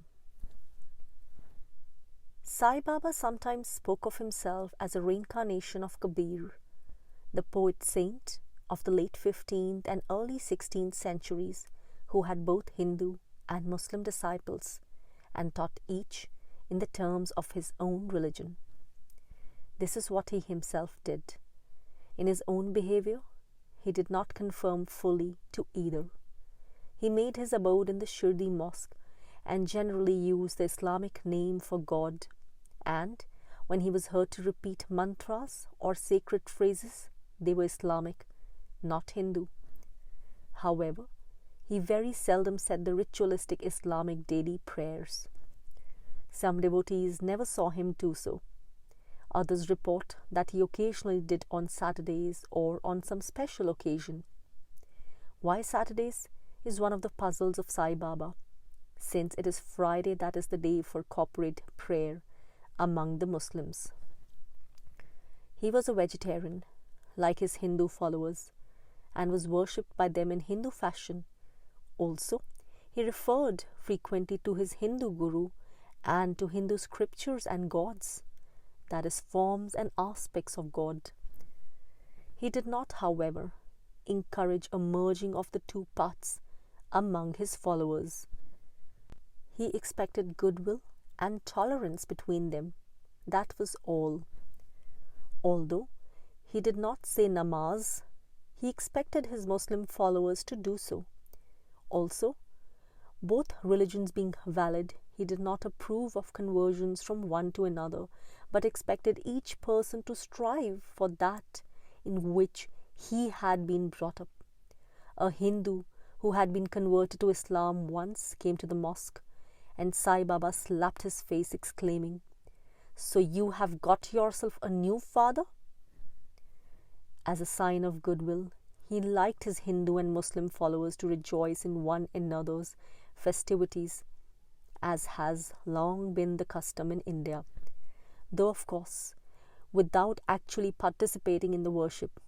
So, for instance, a Hindu devotee tells how there would be a procession on the birth anniversary of Sri Ram, after which the Hindus would sing sacred songs interspersed by Muslim reading of the Quran. Sometimes also the Muslims would take out a procession bearing the shoes of Sai Baba on a cushion before them, so as to avoid anthropomorphism or representational worship, and the Hindus would accompany them. Apart even from any specific teaching, the mere influence of Sai Baba's presence led to goodwill and tolerance. The following story by a Pathan Muslim called Abdullah illustrates this. Quote, "I left my house town of Tarbela when I was still a boy. I had no one to look after me. I wanted to go abroad and see Mecca and other places. I travelled south as far as Manmad, where someone took an interest in me and told me that I could easily make my way to Bombay and from there get a passage to Mecca. Someone else, however, told me that there was a great man called Sai Baba at Shirdi who showered money on fakirs and would send me to Mecca if I wanted. So I went to Shirdi. As I entered the gate of the mosque, Sai Baba was standing there before me. Our eyes met, and I felt at once that he was my Guru. I stayed on at Shirdi. He fed me and other fakirs abundantly, and I decided to stay there and lead an easy life. This was in 1913, when I was still quite young and had not begun to take life seriously. Nevertheless, my stay with Sai Baba brought about a marked change in my attitude of mind. When I first came to Shirdi, I looked upon Hindus as my enemies, but after I had been about 3 years with Sai Baba, this feeling of animosity passed away and I began to regard them as brothers." Unquote. Naturally, there was not always goodwill or understanding. It was the Hindus' worship of Sai Baba that was the stumbling block for Muslims, and the performance of this worship in a mosque seemed to be adding insult to injury. Islam expresses the point of view that God alone is to be worshipped and that the whole universe was evoked by him out of nothingness, and all men are as nothing before him. Hinduism expresses the point of view that the universe with all its beings is a form assumed by him, a manifestation of him, without, however, changing or detracting from his unmanifested reality. To say that God created the universe out of nothing, or that the universe is nothing but an illusion veiling the reality of God, comes to the same. The 2 points of view are therefore 2 aspects of the same truth, 2 ways of saying the same thing. Since a man has no reality other than that given by God, the essence of his being, the reality of him must be that reality other than which there is nothing, that is to say, God. By realizing the nothingness of his individuality, by what was called in medieval Christendom self-knotting, a man realizes the universality of his divine essence. Therefore, a man who has realized his true self, which has nothing to do with psychology, but goes beyond the mind to the very essence of being and is without doubt the true meaning of the Delphic "Know thyself," has realized his essential oneness with God. I and my Father are one. Beyond the accident of form. Appreciating this, Hindus worship such a one as God. Adhering to the letter of the law, most Muslims condemn such worship as idolatry. Actually, it is not. It is not worshipping other than God, but, on the contrary, recognizing that the worshipped has destroyed the illusion of otherness from God, which still veils the worshipper. All this is understood by the Sufis, who are the spiritual elect of Islam and of whom are the greatest Islamic saints. They teach in secret what the Hindus teach openly, but the exoteric Muslims do not understand.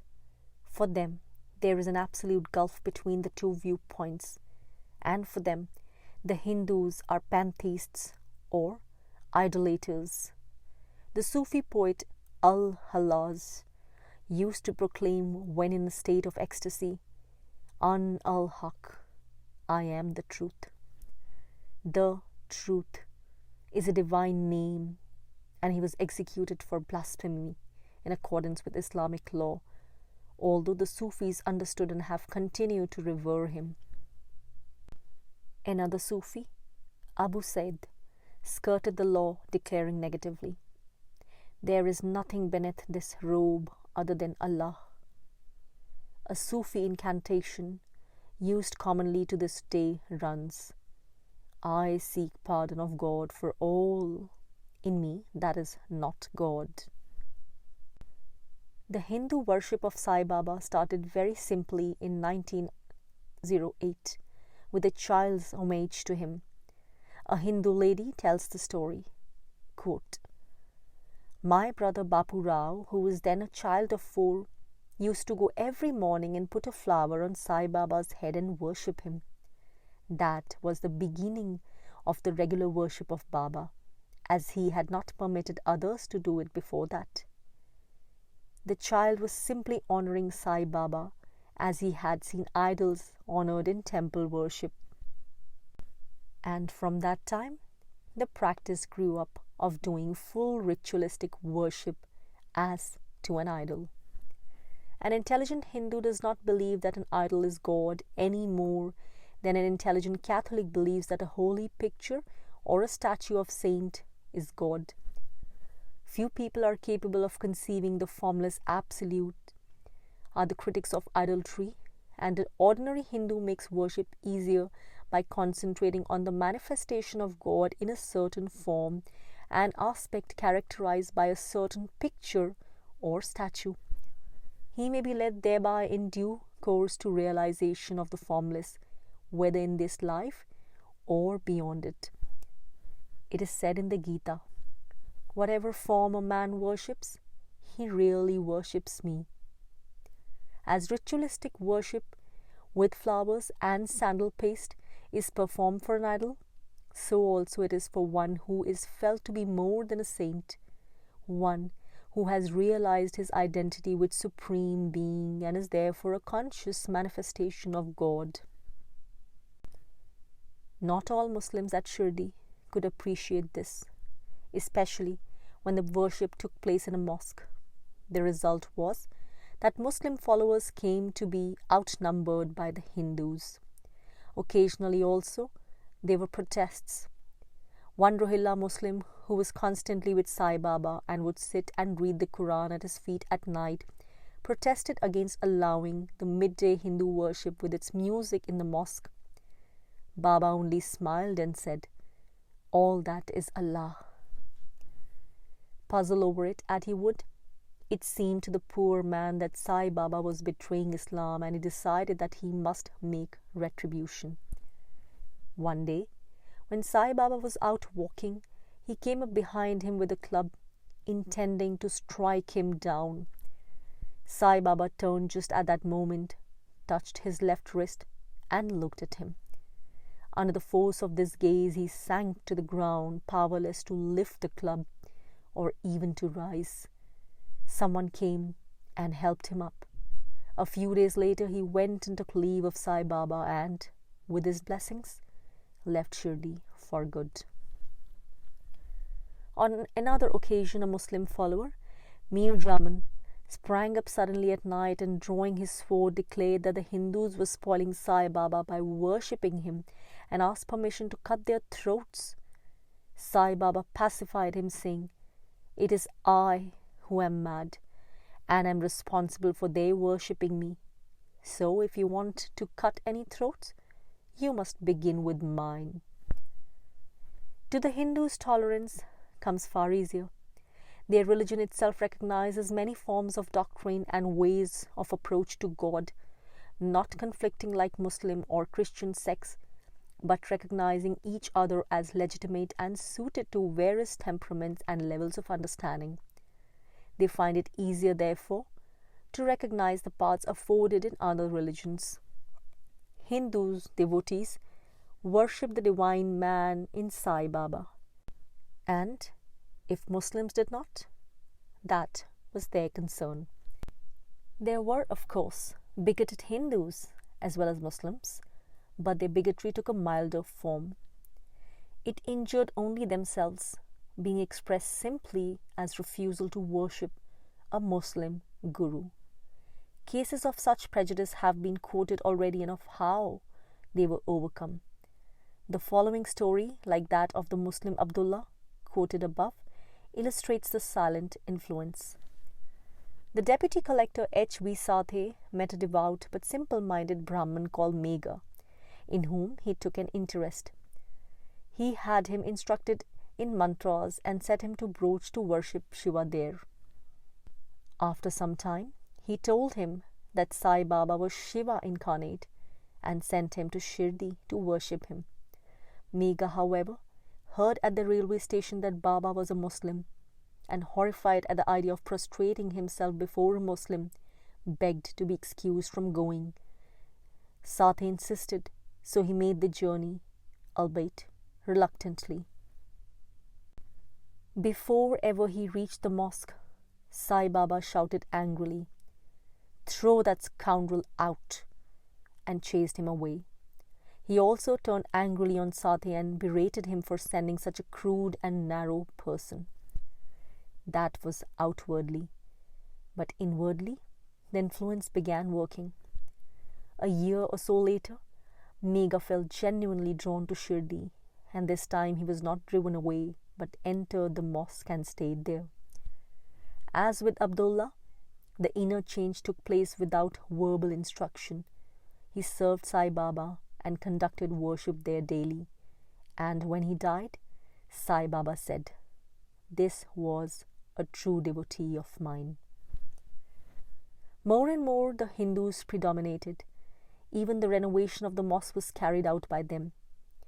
When Sai Baba first took up his abode there, it was a dilapidated and mud structure with walls only 8 feet high by 14 feet long, running round 3 sides, while the east side stood open to wind and rain.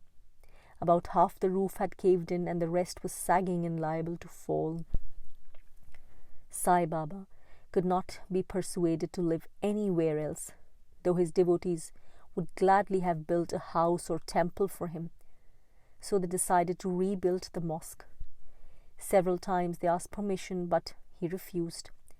Finally, one of them, G.R. Gundu, a revenue inspector who had obtained a son through Sai Baba's blessing, brought cartloads of stone and dumped them in front of the mosque, declaring that he was going to start work on it. Sai Baba told him to take the stones away and use them to renovate the local Hindu temples. But he did not. Finally, Baba allowed himself to be persuaded and the work began. Even then, he interfered constantly and often pulled down what had been done. It was only at night that steady, uninterrupted work could be done, and not every night either. He used to sleep alternate nights in the mosque and the guest house, and his nights in the latter were the time for work.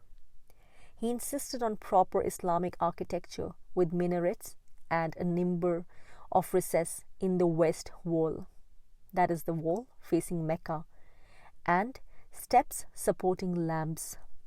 However, he also had a dhoni on the fireplace where a perpetual fire was kept burning. Over against this he had a seat made for himself with a low balustrade to lean on. The mosque was thus a mixture of orthodoxy and innovation. He used to refer to it as a Brahmin mosque, though this did not necessarily mean Hindu, since he used the word Brahmin in its correct sense of spiritual elect. In the center of the yard outside the mosque, he had a Tulsi Vrindavan constructed, that is, a masonry block about 3 feet high containing a Tulsi plant, sacred to the Hindus, for them to circumambulate according to tradition. Inside the mosque were grinding stones, and Sai Baba used to spend much of his time grinding wheat into flour. This seemed to be one of his symbolical occupations, though he would bake a sort of cake with the flour in an oven outside the mosque and distribute it freely.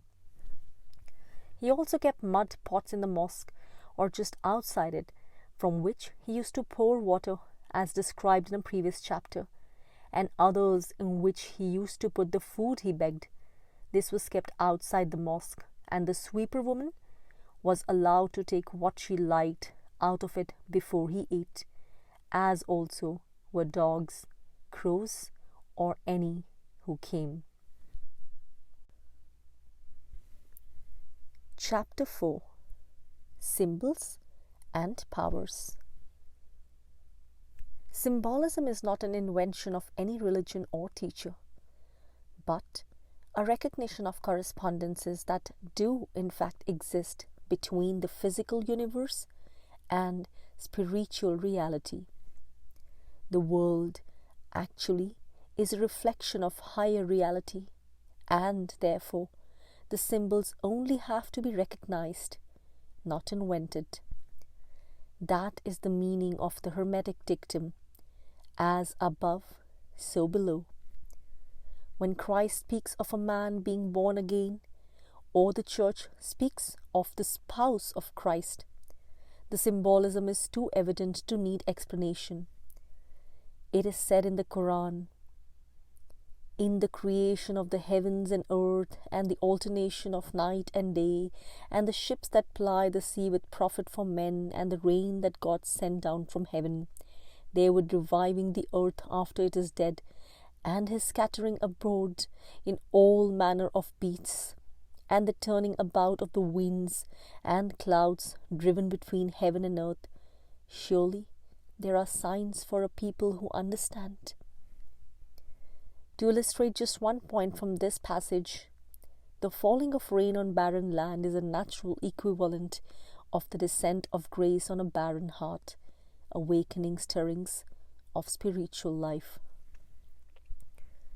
On the direct path of Advaita symbolism may be less in use because the universe is rather negated than interpreted, but its existence is recognized, and on other paths it is extensively developed.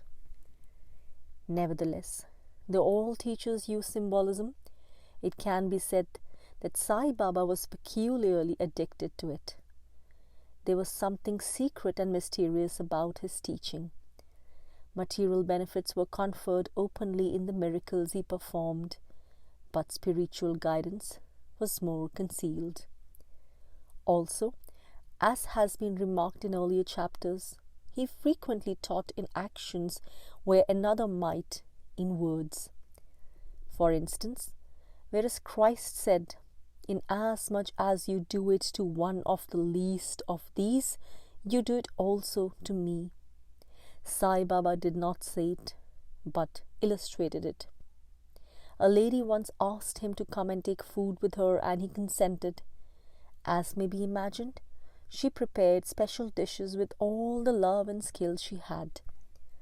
She gave a gasp of horror when she saw a stray dog making for the food just before everything was ready. However, she drove it away in time and went to invite Sai Baba. "No," he said, "you drove me away when I wanted it. Now I don't want it." Even in trivial matters, he spoke symbolically. A lady describes her first visit when she was about 18. A devotee's spectacles fell off as he was bowing down, and someone suggested that as they had fallen at Sai Baba's feet, they should be presented him. He immediately retorted, "I don't need spectacles. I've got a pair. They cost 40 rupees. Everyone knew that he did not wear spectacles.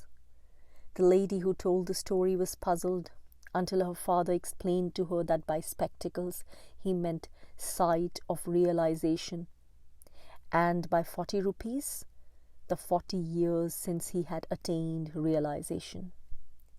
He often spoke symbolically in performing cures, or, as in the case when he gave a devotee 4 mangoes in token of children he would have, and then added symbolism to symbolism by saying, "Eat and die." Once Deshpande, a devotee who has been mentioned already, was bitten by a snake and, in his terror, rushed straight to the mosque. When he reached the steps, however, Baba shouted, "Don't come up, Brahman, go back, get down." Even in his fear of death, he did not dare disobey Sai Baba, but stood there in mute supplication. A moment later, Baba spoke again, this time in a gentle, kindly voice. "Come up now. The fakir is gracious to you. You will recover." The fakir, as already explained, was Sai Baba's way of referring to God. Deshpande now found that in the command not to come up, Baba had been speaking not to him, but to the poison which was entering his bloodstream. He would sometimes speak in parables, leaving his devotees to work out the answer. Some robbers came and took away my money. I said nothing but quietly followed them and killed them, and so recovered my money. The money is the faculties natural to man in his pure state, to primordial man or Adam before the fall. The robbers are the desires. Killing them and recovering the wealth is destroying desires and realizing the self. A man had a very fine horse, but no matter what he did, it would not run in harness. An expert suggested that it should be taken back to the place whence it had come. This was done, and it became tractable and useful. The horse is the ego. As the commander of the physical and mental powers of man, it is useful, but it is self-willed and therefore makes endless trouble. Taking it back to its source is reabsorbing it in the spirit or self from which it arises. This is the same as Christ's saying that a man must return to his mother's womb and be born again. It is the same as Bhagawan Ramana Maharshi's cryptic injunction to one who asks the way. Go back the way you came. It is the return to the source which purifies and enlightens. From there, the ego issues forth again, no longer an ego, but a conscious agent of the spirit. He said to a woman follower, "The sky is cloudy, it will rain, the crop will grow and ripen, then the clouds will disperse. Why are you afraid?" The overclouded sky is her present state of gloom and ignorance.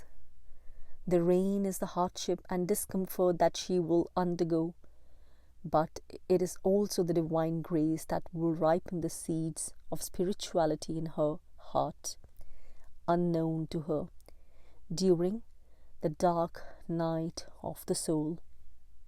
The dispersal of the clouds is the attainment of light and bliss when the seed has ripened. Sai Baba often gave cryptic replies which would seem meaningless to one who did not understand. Someone wanted to take a photograph of him, and he replied, "No, he is not to take a photograph. It is enough if he knocks the wall down." Meaningless? A photograph is the likeness of Sai Baba.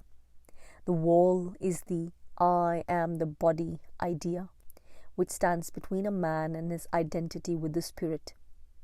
It is enough to destroy that, and the true likeness of Sai Baba will appear, not the body, but the spirit. Another peculiarity of Sai Baba was that instead of answering a question directly, he would sometimes refer the questioner to someone else or give him the answer indirectly. A case in point is quoted by Madhava Bua. He had thought, while sitting before Sai Baba, that the latter ought to explain to him the nature of one who is above the castes, that is, the natural orders or categories of man. Baba suddenly turned to him and bade him go and read scripture with Dikshit. He did so and found Dikshit reading a passage which contained the very explanation he desired. A number of other devotees have told similar stories, how they were sent to one person or another and found him just reading or speaking about the question that was disturbing them. In other ways also, his instruction could be cryptic or hidden. Professor Narke says, quote, "He had the peculiar art of giving information to particular individuals in the midst of a group in a way that they alone could understand and not the other members of the group. Strangely enough, at one and the same time, he could and did benefit many people by a few words or acts. Unquote. None of this, of course, is exclusive to Sai Baba. In the ambience of a spiritual master, the meaningfulness of the universe is automatically heightened. Coincidences occur and signs appear. Nevertheless, all such things were apt to be more vivid and spectacular with Sai Baba than in other cases. Professor Narke has said, quote, "To one deeply observing him, the startling fact came out into greater and greater prominence that Baba was living and operating in other worlds also, besides this world, and in an invisible body. Remarks made by him openly would be treated as meaningless rantings by those who did not know him. His language was also highly cryptic, full of symbology, parable, allegory, and metaphor." Unquote. Of the cryptic speech, we have had examples enough. If someone asked permission to take a photograph and was told to knock a wall down, he might well think it meaningless ranting. With regard to powers also, Professor Narke was by no means alone in believing that Sai Baba had power to guide the dead as well as the still embodied. There were those who too believed that he belonged to a hidden spiritual hierarchy and travelled at will in the subtle body.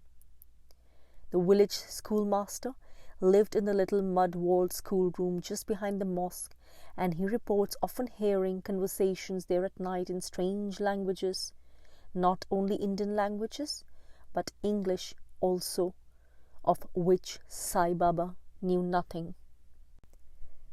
Physically, he never left Shirdi, and yet, when asked to go with devotees to visit them, he might answer, "Yes, I will go with you. I don't need a train to travel by." Again, to quote the professor, Baba frequently spoke of his travels in an invisible body over great distances of space and time.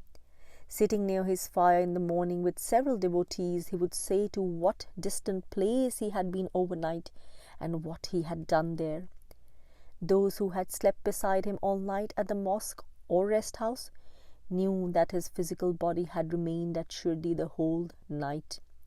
But his statements were literally true and were sometimes verified and proved true.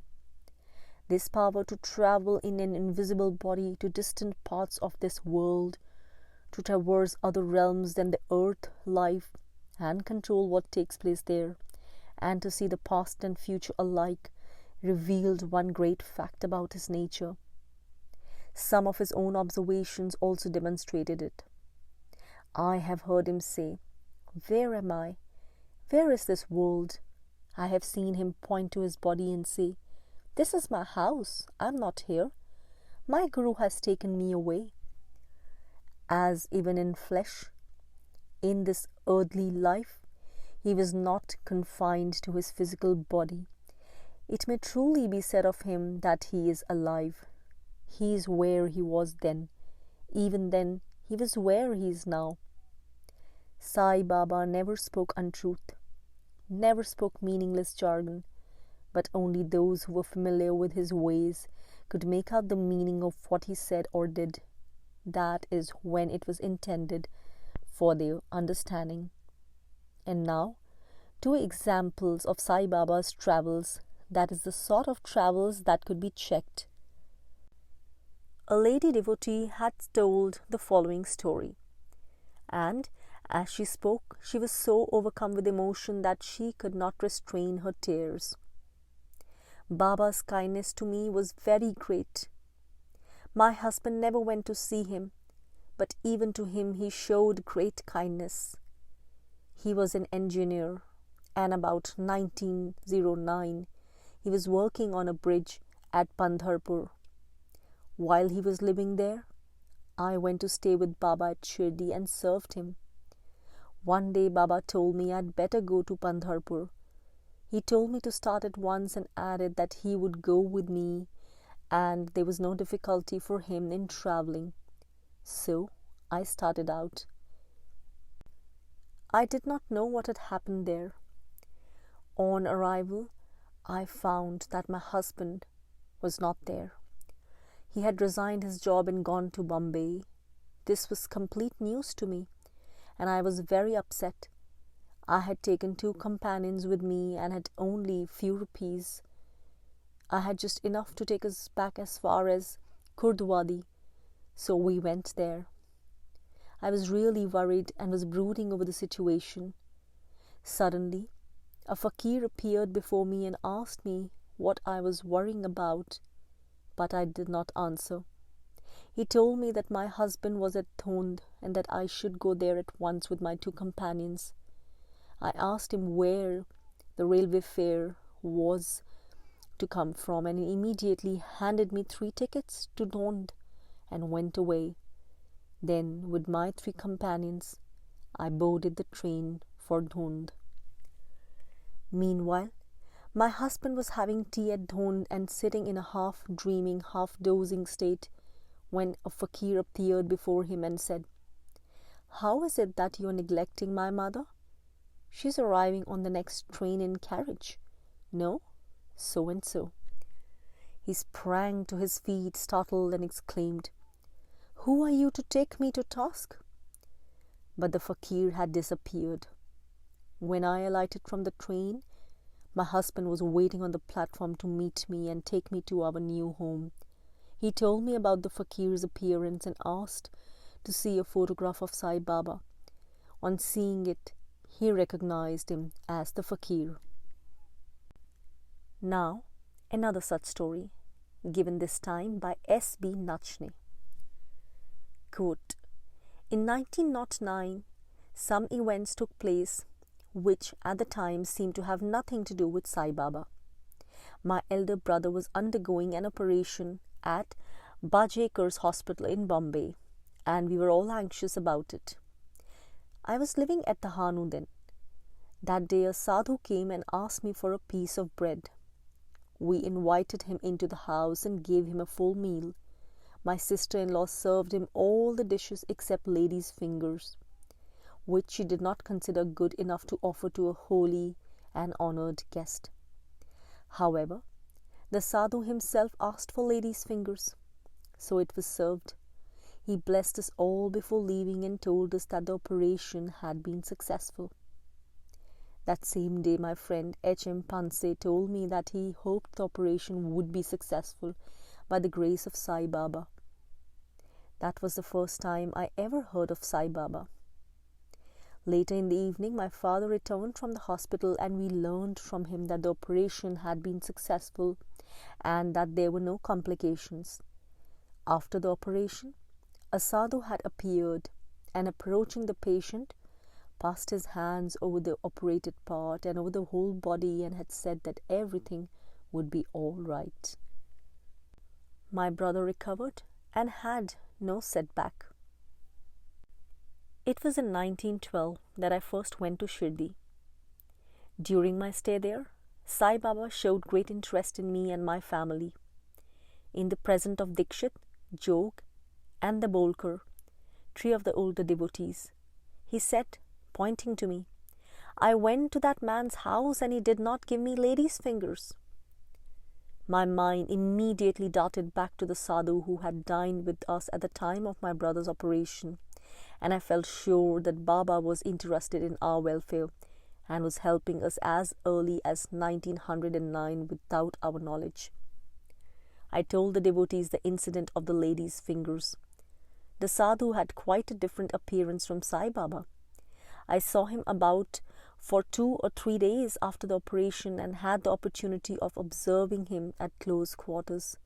After that, he left the Hanu and was not seen there again. Unquote. How are we to understand these incidents? Did Sai Baba actually materialize in the form of strange fakirs and sadhus, or did he merely influence them from a distance to act in accordance with his will?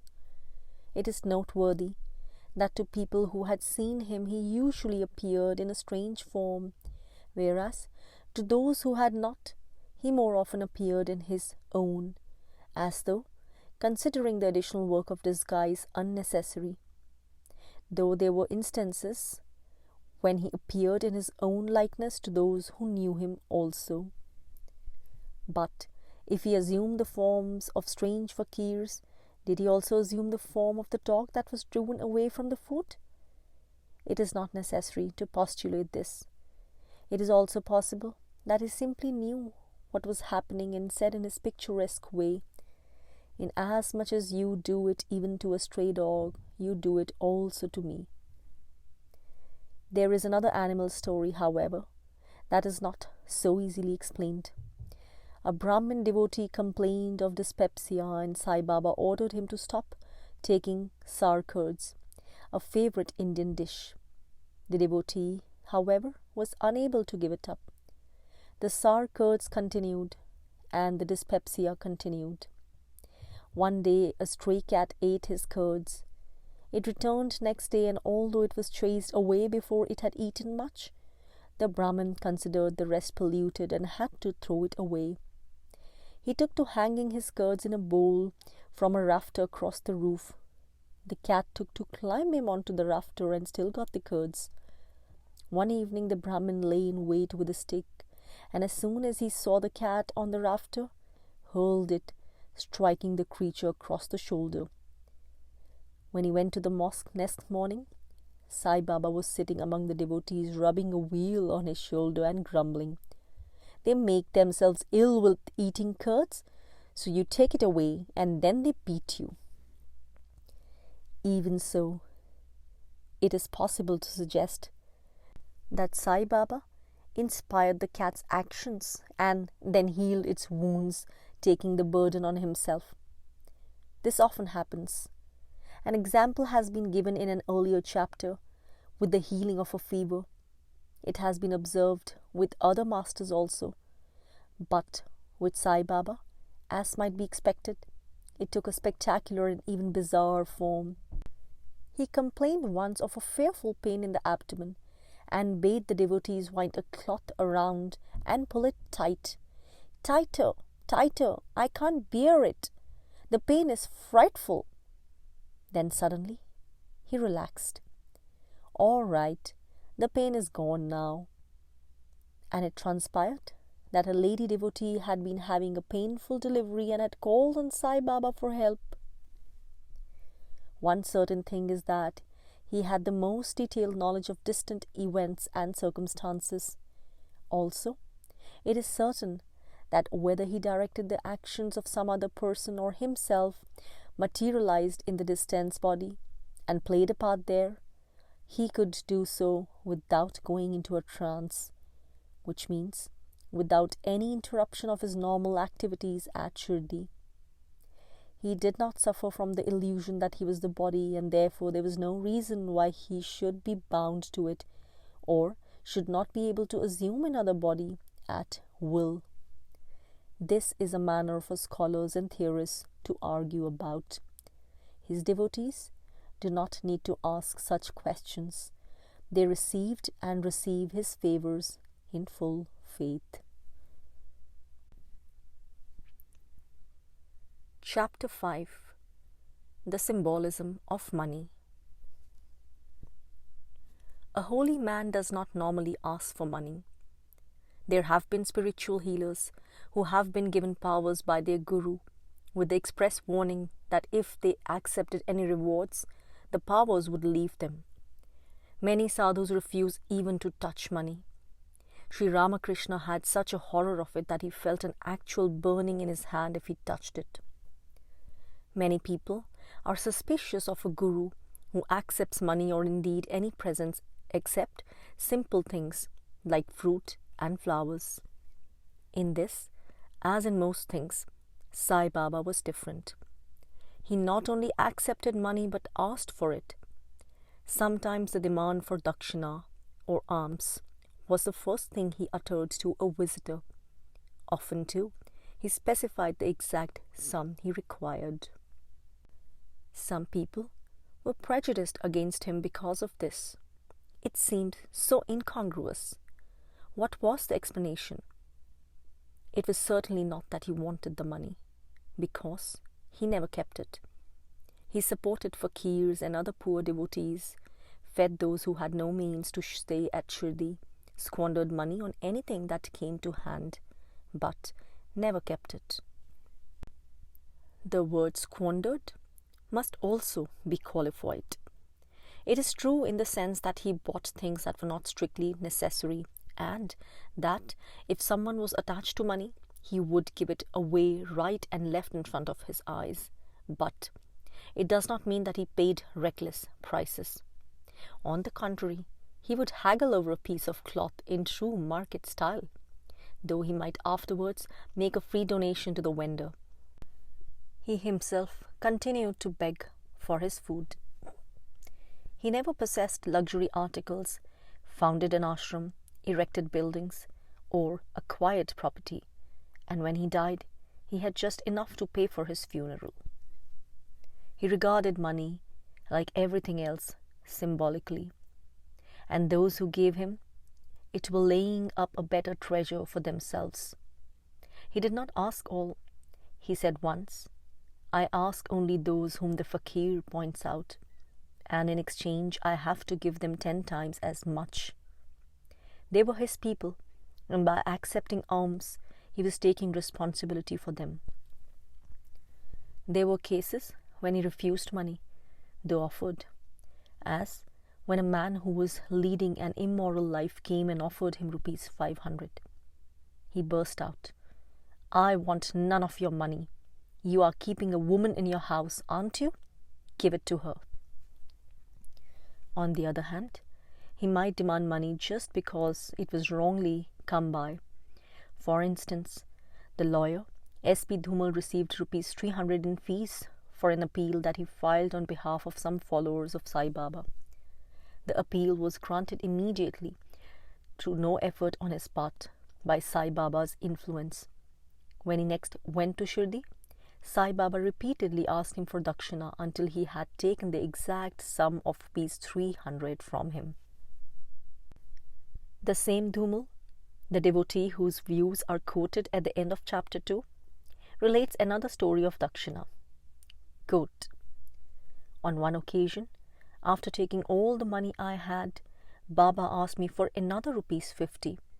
When I told him that I had no money, he told me to go and ask somebody for it. I did, but this person refused. I told Baba and he sent me next to Rao Bahadur Sathe, who was overjoyed at the request. I did not know the significance of this at the time, but found out much later that his claim for a pension was at that time being considered, and that there was some doubt whether it would be based on the salary he drew in his last permanent appointment, or would be rupees 50 higher on the basis of a temporary appointment he had held. It was finally granted at the higher rate, the order to this effect being passed on the very day that Sai Baba asked him through me for this 50 rupees. He immediately divined this and regarded the request as a demand for the first fruits of the new pension. That was why he was so pleased. Sai Baba not infrequently took all a person had and then sent him away to borrow more. He certainly knew when he did this. It was not a question of guessing. Once, for instance, a visitor came with 20 rupees, of which he gave 18 to a friend to keep for him, so that, if asked, he could give 2 rupees and then truthfully say he had no more. Sai Baba first asked him for 2 rupees and then for 18, and, anticipating his reply, pointed to the friend and said, "You can take it from him." The payment of first fruits was a frequent basis of his demands. This is a common practice not only in India, a symbolical consecration of a man's new resources. Once, 2 new Brahmin visitors arrived and Sai Baba told his devotee Deshpande to collect rupees 15 from one of them. The other offered rupees 35 unasked, but he refused it. When Deshpande asked why, he explained, "I do nothing. I receive nothing. God called for his own. This rupees 15 was due, so it has been collected, but the rupees 35 was not ours. So it has been returned. It turned out that the visitor who had paid the ₹15 and was then earning a good salary of ₹700 a month had first started work on a salary of ₹15 and had vowed his first month's salary to a temple, but had never made the payment, so it was now demanded of him. Such unfulfilled vows as well as first fruits were a frequent reason for demands. For instance, a devotee who was on his way to Shirdi met another who gave him a coconut to present to Sai Baba and 2 annas to buy sugar for him. On taking leave, he presented the coconut but forgot the 2 annas. Sai Baba said, "Yes, you may go, but why keep back a poor Brahman's 2 annas?" The devotee at once remembered and gave him the 2 annas. Sai Baba then said laughingly, "You may go now, but whatever you undertake to do, do it thoroughly or don't undertake it at all." Again, it might happen that a demand for money was simply to test a man's character. A sadhu was once asked for 5 rupees and retorted angrily, "You ask other people for dakshina, Baba? But why do you ask me? You know that I have no money." "All right," Baba retorted coolly. "Then don't give it, but don't lose your temper." A rich but avaricious man once came to Sai Baba and demanded a vision of God. "I have come all this long journey for it. They say that the saint of Shirdi reveals God quickly." A spiritual experience much prized by some Hindus is a vision of God, in whatever form they worship him, as Rama or Krishna, the divine incarnations, or as Mother Kali, or any other form. It is told in the Bhagavad Gita how Krishna gave Arjuna a vision of his awe-inspiring divine form, but warned him afterwards that that was not the ultimate truth, that really he was beyond form. Such a vision can be great encouragement to an aspirant, and a guru can and does often bestow it. On the other hand, it can also be a limitation, since all form is ultimately illusory. It can turn a man from the quest of formless truth. Therefore, the guru who teaches a direct and purely spiritual path usually depreciates such desires and refuses to gratify them. This was Sai Baba's attitude, and a number of devotees who asked for visions were disappointed. In fact, despite his spectacular and erratic behavior, Sai Baba consistently discouraged sensationalism in his devotees. He wanted spiritual development, not visions or powers. Once a devotee came to him who had acquired certain magical powers from a former guru, and Sai Baba insisted on his renunciation of them. He himself never gave powers to his followers.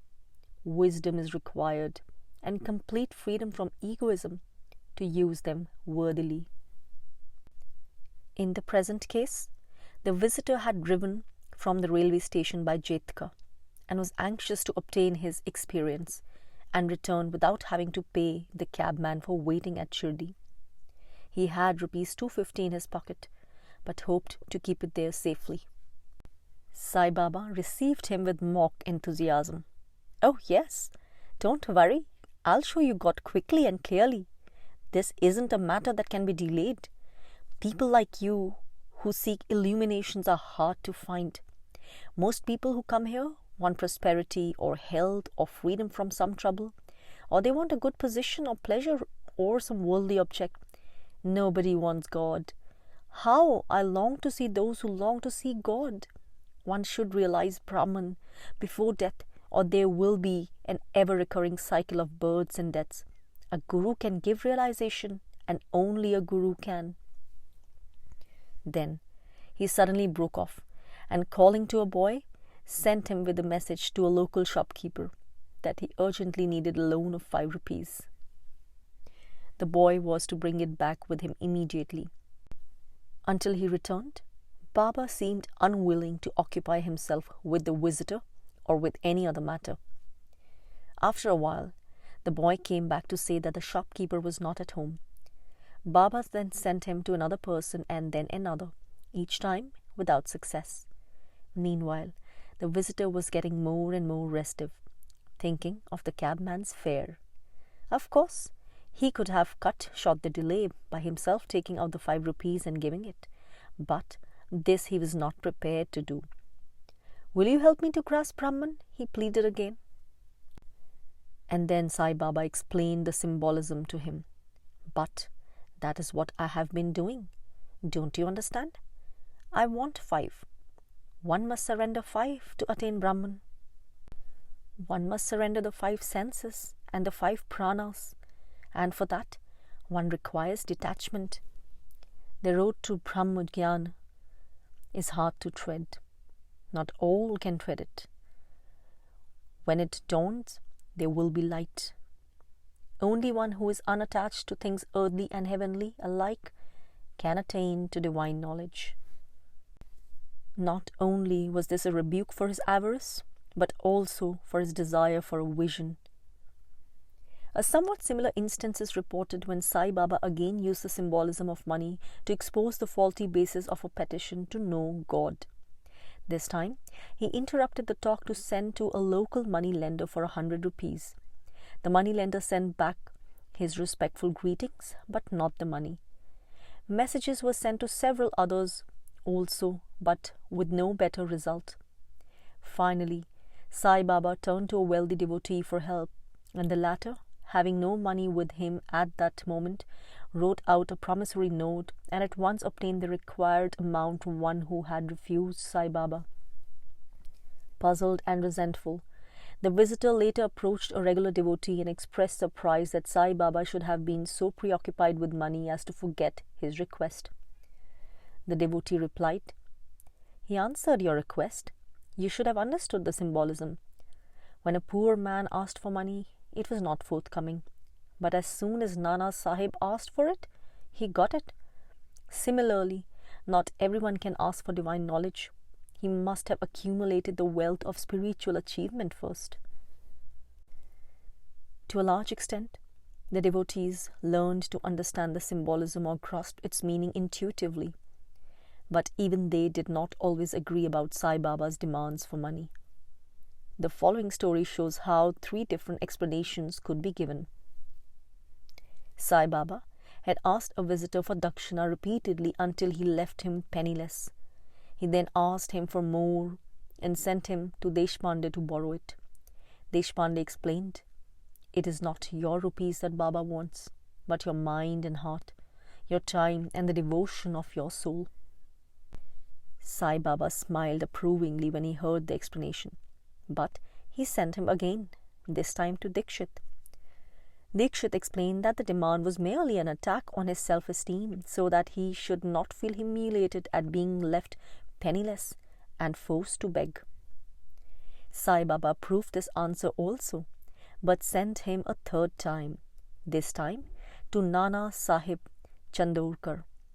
Nana Sahib was the most worldly wise of the 3. He explained that it was his practice to bring only 100 rupees to Shirdi and leave another 100 at the neighboring town of Kopargaon, so that he could send for it in case of need, and thus avoid the inconvenience and humiliation of being left penniless. This doctrine of relying on one's own resources did not please Sai Baba, and he immediately gave Nana a lesson. Sending for him, he demanded 40 rupees. Hardly had Nana left when he sent after him for another 40.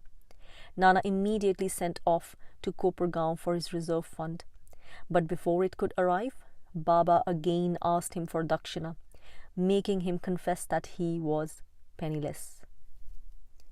In many cases, however, the symbolism was clear. He repeatedly asked one devotee for 2 rupees, and when the latter finally asked him why, he said, "It is not these 2 rupees of metal that I want, but faith and patience." On another occasion, he asked for 4 rupees, but on receiving it, he said he had received only 1. "But I gave you 4, the devotee protested. "I don't deny that. You gave 4, but I received only 1. The devotee confessed that he did not understand, but Sai Baba only replied that he would later. Sometime afterwards, the same man was travelling by train when a young fakir came into the compartment and asked for alms. he gave him 1 paisa. But the fakir asked for 4. Then he gave a 4 anna piece, but the fakir said he had received only 1. Later, he met an old sadhu who asked him for alms, and the same theme was repeated. He gave him 1 coin, but the sadhu asked for 4.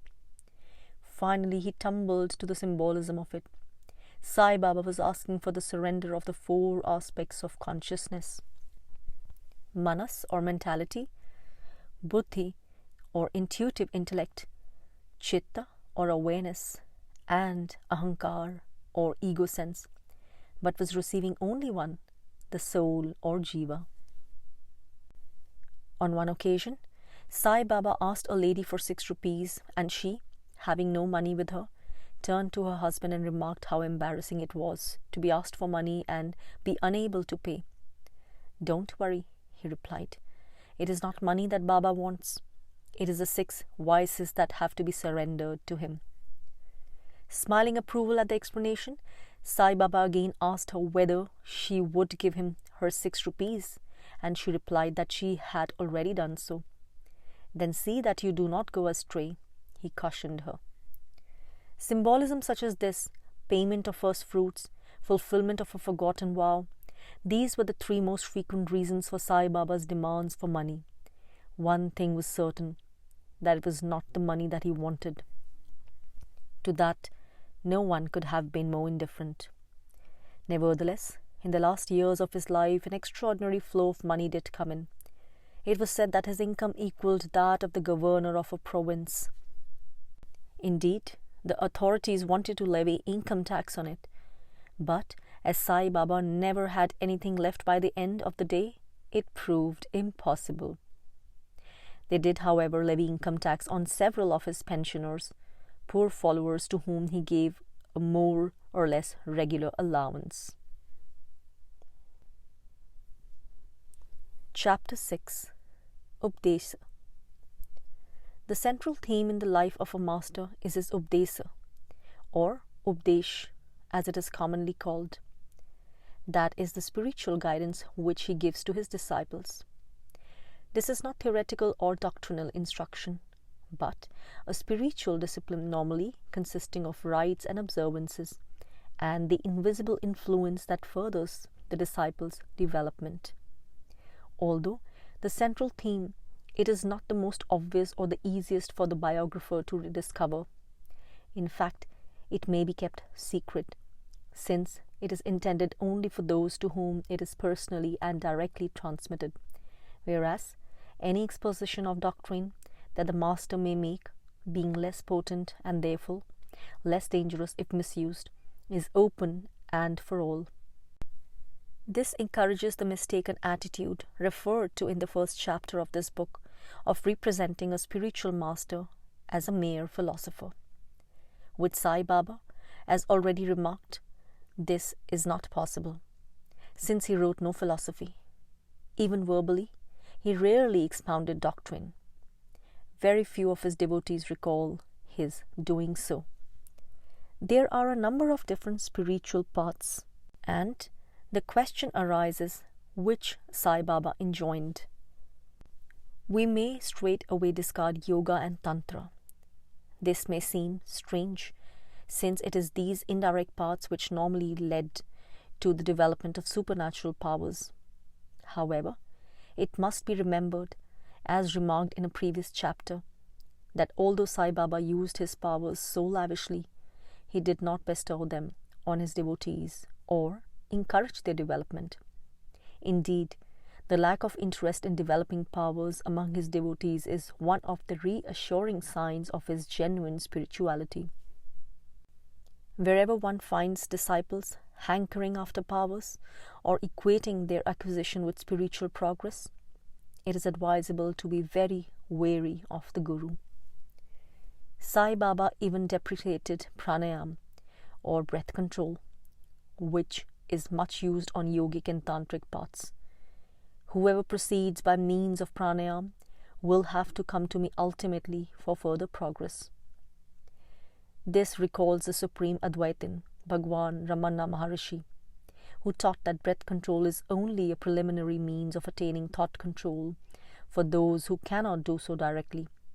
Also his saying, "In the end, all men must come to Arunachala," where Arunachala represents the direct path of jnana. It is also noticeable that Sai Baba did not wish his followers to renounce the world and go forth as sannyasis or mendicants.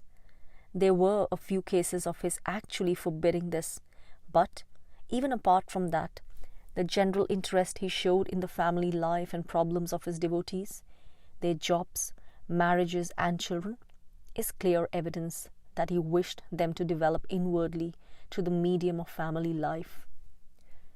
There is no record, however, of his prescribing the methods of Bhakti Marg or Jnana Marg, that is, of devotion or knowledge. In fact, he did not give initiation and updesh in the usual manner at all. Some devotees have explicitly confirmed this. Professor Narke says, "Sai Baba never gave me any mantra, tantra or updesh, and so far as I know, he gave them to nobody." He also tells the following story on the authority of Deshpande. A lady by name Radnabai Deshmukhin was an attendant on Sai Baba at Shirdi and wanted updesh. When he did not give her any, she started satyagraha. That is, she stopped eating and determined not to take food until Sai Baba gave her updesh.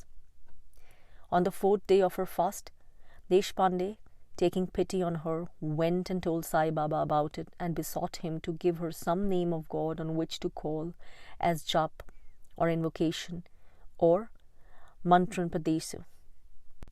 Sai Baba then sent for her and told her that it was not his way to give updesh, that he followed his guru, who was very powerful and whose methods were different and did not involve verbal updesh. Mrs. Manager reports the same. Quote, "Shri Sai Baba's methods of giving spiritual help were not the usual ones. He gave no mantra or updesh. He never spoke of yoga, pranayam or kundalini. But when anything went wrong with anyone who was following any such mark, he would come to Sai Baba and would be helped." Unquote. Nevertheless, he made it clear to his devotees that there was no need for them to go elsewhere in search of updesh. Few even considered the question. His spiritual support was too potent and evident. H. V. Sathe has said, quote, "Baba never gave updesh or initiation to anyone, so I did not ask him. On several occasions, I was invited to obtain updesh from someone else. On every such occasion, I referred the question to Sai Baba and he gave a negative reply." Unquote. This is strongly reminiscent of Bhagawan Ramana Maharshi, who also did not give initiation and updesh as usually understood, and yet, when asked by a devotee whether it was necessary to seek elsewhere, replied that it was not. The extreme importance of this question becomes clear when one remembers that in Hinduism and esoteric Islam, as in other religions, it is held that spiritual attainment during the life on earth is possible, except in the rarest of cases, only through initiation and updesh by one who has himself attained. It can be regarded as the transmission of a current or as birth to a spiritual parent. To one who has grasped the possibility of spiritual attainment, life holds no other goal. No human purpose can compare with that which transcends the human state. Therefore, the vital importance of recognizing a true guru and being accepted by him. Not every spiritual man even is a qualified guru, except in the case of a Maharshi or originator of a path. The authorization must have been transmitted to him in an unbroken chain from a guru to a guru, like the ordination of an exoteric priesthood.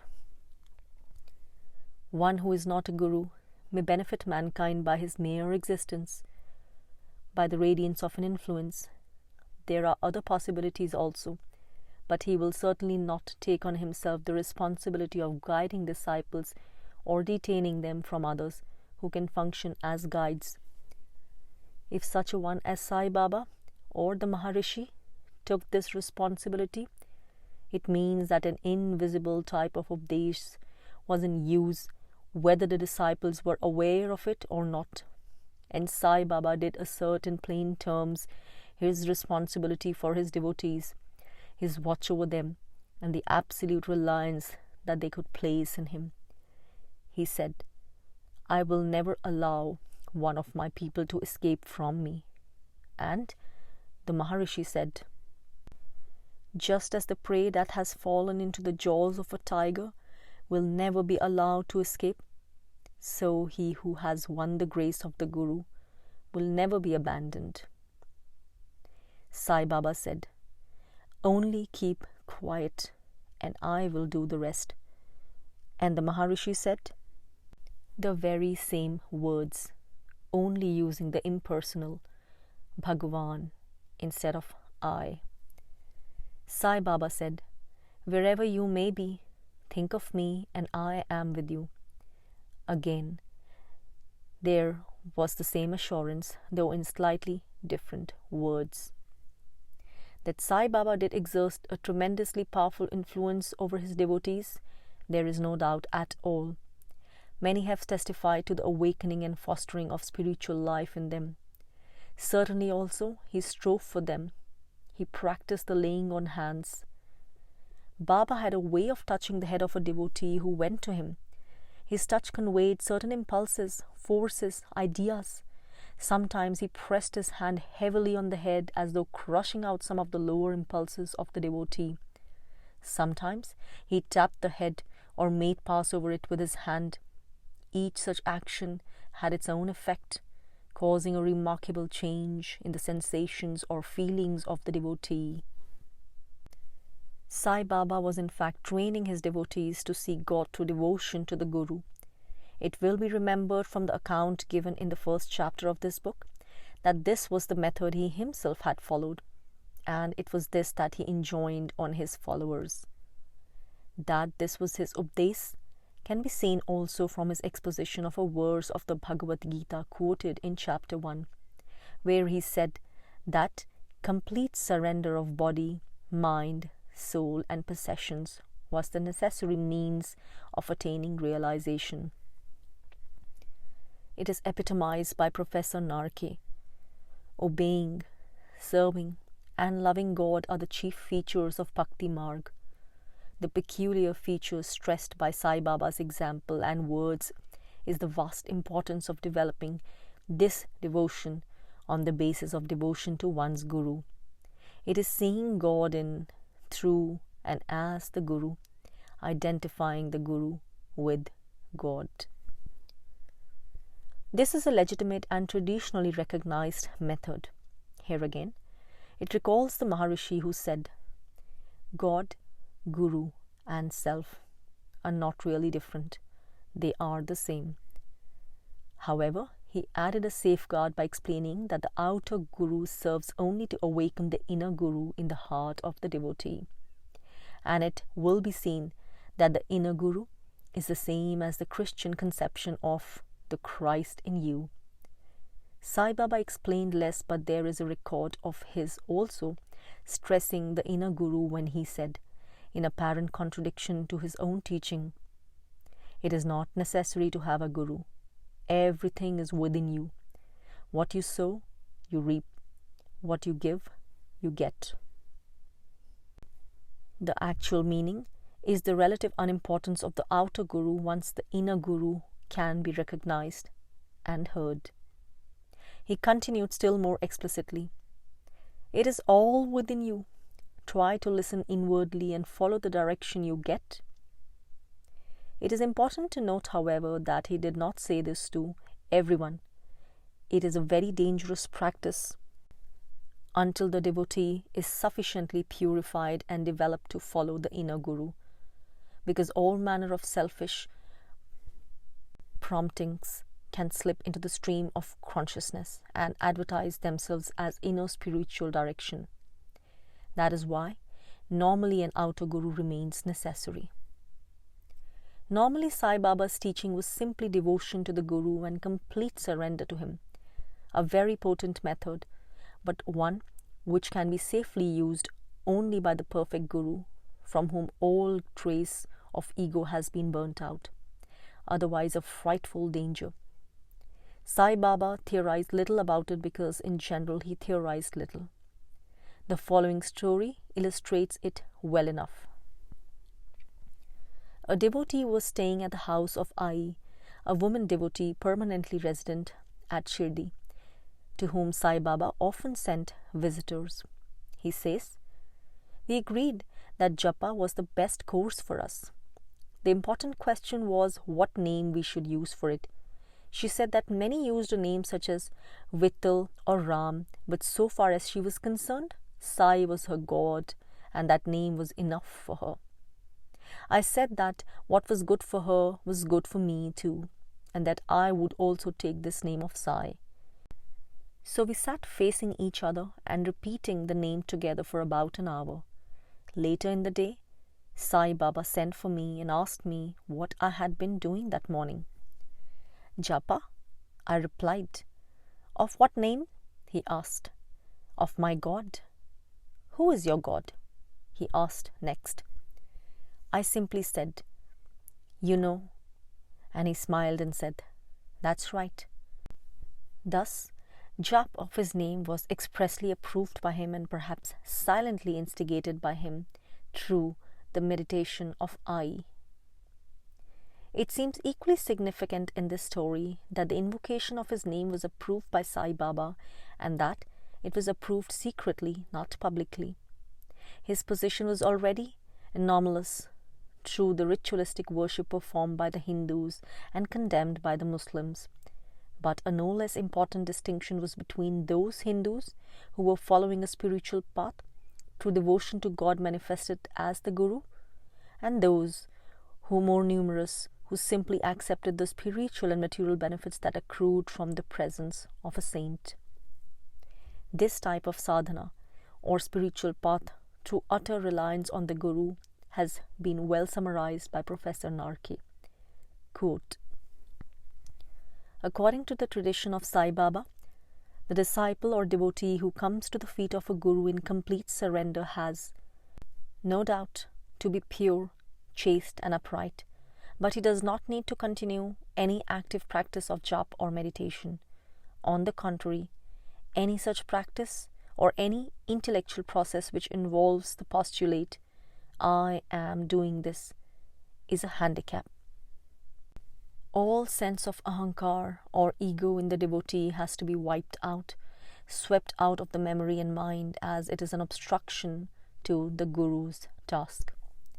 The Guru does not teach, he radiates influence. This influence is poured in and it is absorbed with full benefit by the soul which has completely surrendered itself, blotting out the self, but it is destructed by mental activity, by reliance on one's own exertions, and by every kind of self-consciousness and self-assertion. This great truth must have been grasped by all observant visitors to Sai Baba. He himself sometimes said to devotees, stay with me and keep quiet. I will do the rest. That is secretly and inwardly. So the duty of a devotee or aspirant is firstly to keep himself chaste, pure, simple and upright, so as to be fit to receive the Guru's grace, and secondly, to have full faith in the beloved Master to raise him to various higher and higher experiences, till at last he is taken to the distant goal, whatever that may be. One step enough for me is the right attitude for him now. He need not trouble to decide upon complicated metaphysical and philosophical problems about ultimate destiny. He is as yet ill prepared to solve them. The Guru will lift him up, endow him with higher powers, vaster knowledge and increasing realization of truth, and the end is safe in the Guru's hands. All this was not uttered by Sai Baba at one breath, either to me or within my hearing, but the various hints I got from his dealings with people and his occasional words about it add up to this, and common sense points the same way." Unquote. This is an excellent synopsis of the days of Sai Baba, and it is perhaps natural that his devotees should give it a universal air as though it applied in all cases. It does not, of course. Meditation does not necessarily involve the postulate, I am doing this. In particular, the inquiry, who am I, taught by the Maharishi, does not. It inquires who is doing this. Also, no complicated metaphysical or philosophical problems are involved in envisaging the ultimate goal, which is simple Advaita, oneness with the Absolute, and the Maharishi, for instance, expected his devotees to envisage this from the outset. Neither is it necessarily true that the Guru endows the devotee with ever higher powers, vaster knowledge, and increasing realization of the truth. The process may take place in darkness up to the final realization. Also, it needs to be said that to remain receptive to the Guru's influence in perfect purity and uprightness, to keep quiet so that he can do the rest, is no easy task. In fact, it is the most difficult thing for the mind to do, and the purpose of meditations or invocations may be precisely to attain and maintain this purity and tranquility of mind. Those who are unused to such teaching may be alarmed at the emphasis laid on passivity, regarding it as dangerous or as leading to spiritual emasculation, but it is not. Passivity to evil and to the ego is dangerous. Passivity to the senses and sense impulses leads to a gradual disintegration of character. Passivity to truth and to a spiritual influence leads to integrity and power. That is why one sees that the saint who is of all men the most submitted to the divine will and the most lacking in ego is at the same time the most dominant and outstanding in character, the most individual because he has sacrificed his individuality. Passivity towards God makes a man active or powerful towards the world. Passivity towards the ego makes a man active or rebellious towards God. That is why, in the early stages, submission is so difficult. 3 great and widely known masters in recent times have been Sri Ramakrishna Paramhansa, Sai Baba, and Bhagawan Ramana Maharshi. Sri Ramakrishna taught at Belur outside Calcutta, shortly before Sai Baba was established at Shirdi, and when Sai Baba died, disciples were already being drawn to the Maharishi on Arunachala Hill in the south. There could be no better example of the utter difference of temperament and aptitude than these masters, all 3 of whom were powerful and dominating, and all supremely passive to the divine will. Several times already, attention has been drawn to similarities between the paths laid down by Sai Baba and the Maharishi. There are similarities with Ramakrishna also, and considering the differences of temperament mentioned above, this can be interpreted only to mean that certain methods are recognized by the masters as suitable to the times in which we live. It is of the utmost importance, therefore, to see what they are. In the first place, all 3 upheld the equal validity of all religions. In previous ages, when each religion was more or less confined to its own parish, this was a matter of little practical importance. The average Christian had heard nothing of Buddhism, nor the average Buddhist of Christianity. But with the rise of the modern, one-world civilization, materialists and nationalists began to point to the differences between religions as an argument for disregarding them all as erroneous and man-made. And since mankind in general came to know something of the various religions, this was a dangerous argument. Superficial champions of one religion who denounced others were playing into the hands of the destroyers, whose very theme was that each religion claimed a different and conflicting truth. It was for those of real insights to uphold that truth is one and that only the modes of its expressions vary. After attaining realization, Through Hinduism, Ramakrishna followed the path again, first through Islam and then through Christianity, and proclaimed that both led him back to the same goal. Sai Baba, as we have seen, had trod both the Islamic and the Hindu way and guided disciples on both, compelling each to recognize the validity of the other. Ramana Maharshi was above all religions, at the peak to which they ascend, the center from which they radiate. Among his devotees were Christians, Muslims, Jews, Buddhists, Parsis, as well as Hindus, and he never expected any to change from one religion to another. Perhaps the most important consideration is that path suited to modern times should be invisible, unencumbered by ritual, capable of being followed in the conditions of modern life, in the office or workshop, as well as the hermitage. There are many sincere aspirants who have to live a business or professional life with no facilities for ritualistic observances. They have to follow their path inconspicuously among their colleagues, conforming to modern social conditions. This has been provided for. One is apt to think of the followers of Ramakrishna as ochre-robed swamis, but it must be remembered that the Ramakrishna mission, to which these swamis belong, was founded after his death. During his lifetime, he often refused permission for a devotee to renounce the world, as for instance, in the case of Durgacharan Nag, whose biography the Ramakrishna Math at Madras has published, considering him to be a saint. We have seen in the present book how Sai Baba encouraged family life. There were fakirs and sadhus among his followers, but those who were householders, when they first came to him, remained such. The Maharshi also consistently refused requests of his devotees to be allowed to renounce the world and go forth as sadhus. It is not only a question of remaining a householder, but also of simplicity and, in fact, invisibility of the path followed. The method of self-inquiry taught by the Maharshi requires no outer observances but can be followed inwardly. Sai Baba, as has been shown, prescribed no ritual or incantations. Sri Ramakrishna also taught no elaborate ritual. In all three cases, striving is largely through devotion to the Guru. For most of their devotees, this overshadows everything. Keep still, and I will do the rest.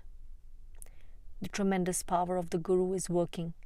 All that the disciple has to do is to refrain from obstructing it. Chapter 7. Death and Survival. There was a rehearsal of Sai Baba's death as early as 1886. He said to Mahalsapati, a devotee already referred to, who resided permanently at Shirdi and slept beside him at the mosque, I am going to Allah. Take care of this body for 3 days. If I return, I will look after it myself. If not, bury it in that open land over there and put up 2 pots to mark the place. His breathing and circulation stopped. His heart stopped beating.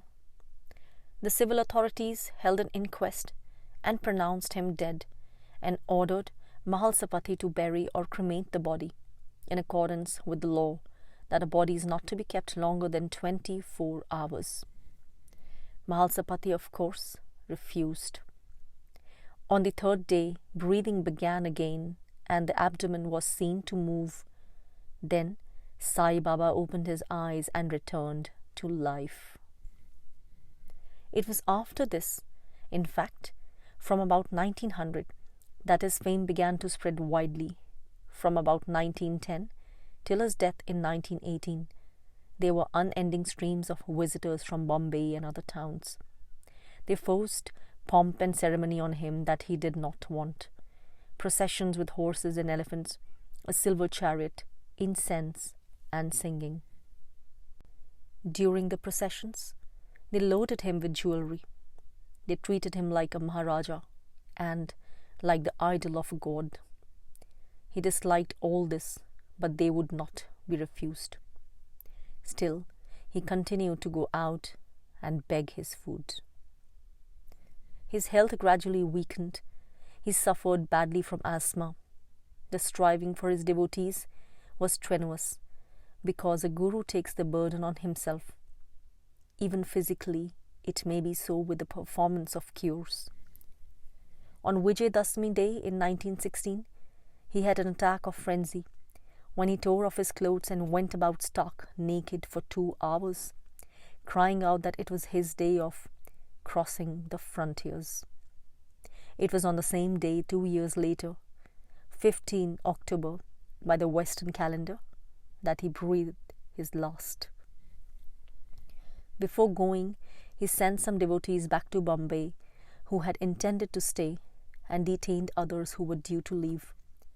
He bade farewell to one who used to pay him fortnightly visits and told him not to continue coming. None seemed to have grasped the point of these dispositions. He sent word to another Muslim saint. The light that Allah lit he is taking away. And the saint received the message with tears. He gave 200 rupees for feeding fakirs, and they sat chanting prayers and reading the Quran.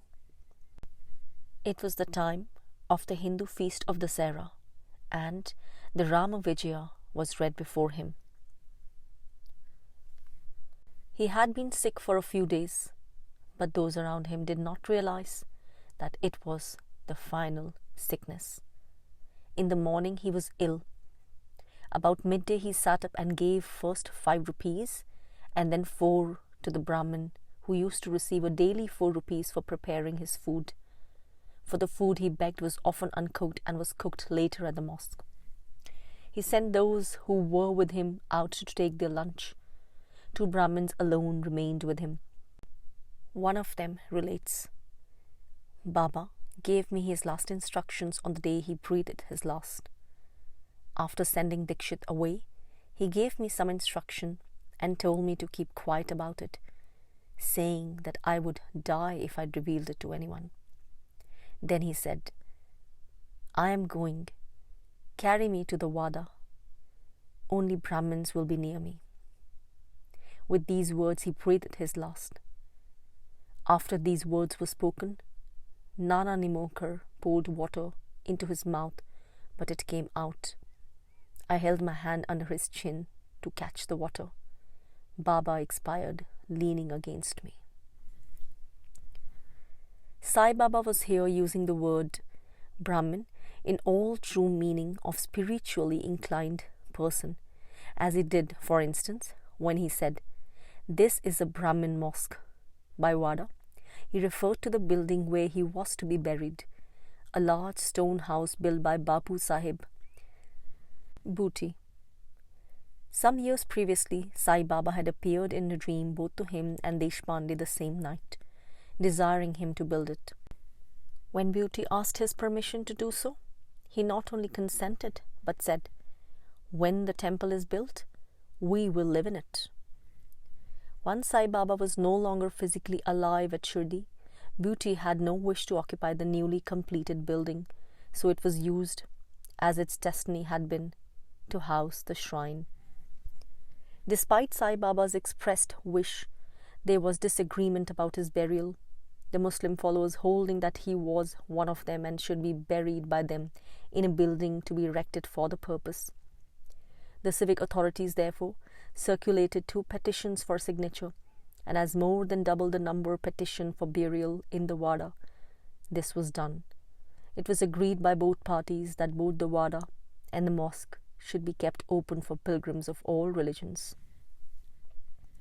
The fire, which Sai Baba always maintained, is still kept burning at the mosque, but railings have now been put around it. The sacred ash is given out as before to devotees who desire it. Railings have also been put up at the entrance at the east end of the mosque. Sai Baba was fond of smoking tobacco from clay pipes, which quickly broke or got foul, and hundreds of which littered the mosque and its courtyard when he passed away. Many were taken away as relics, and then the remainder was gathered up and cemented into a block, which is kept in the mosque together with the water pot and coconut shell jug he used to use. The Chavri, or rest house, where for a large part of his life Sai Baba used to sleep every alternate night, was a dismal mud structure like the original mosque, but a large part of it collapsed in 1916 and it was rebuilt in brick. A large portrait of Sai Baba is kept here. It may be asked why Sai Baba's Hindu followers should have buried and not cremated the body. Actually, it is a tradition that the body of a realized man should be buried. He has passed through the fire already. There is no need to do so symbolically after death. There was something delusive about his death and burial, because all knew that Sai Baba had not died. He was arranging his survival at the same time as his burial.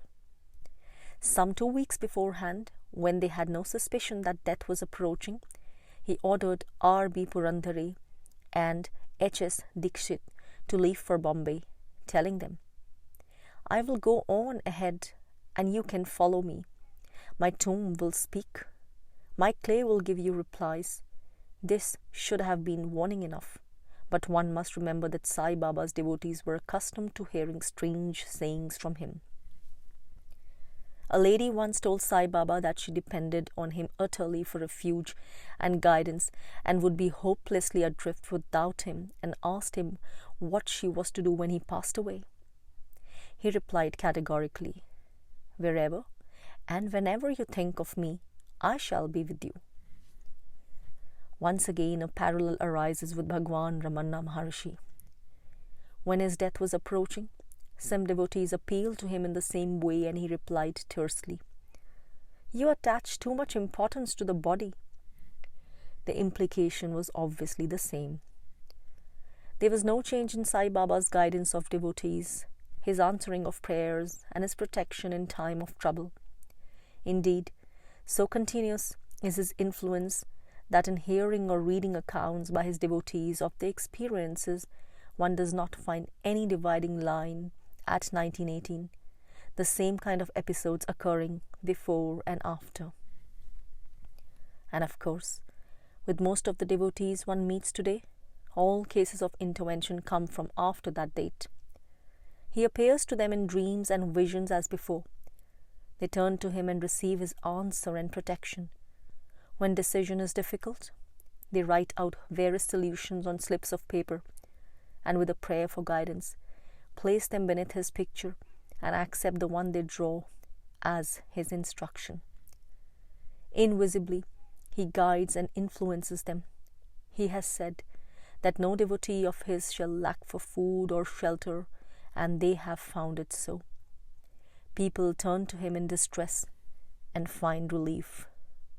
And deeper down, beneath this gracious help in the storms of life, is the spiritual current maturing them to deeper and less tangible rewards. A devotee has recorded how he visited another saint, Narayan Maharaj, in 1927, looking upon him as Sai Baba in a different form, still attached to Sai Baba, but craving the consolation of a human presence to see and a human voice to answer him. He said nothing of all this, but the saint told him, "Yours is a supreme Guru.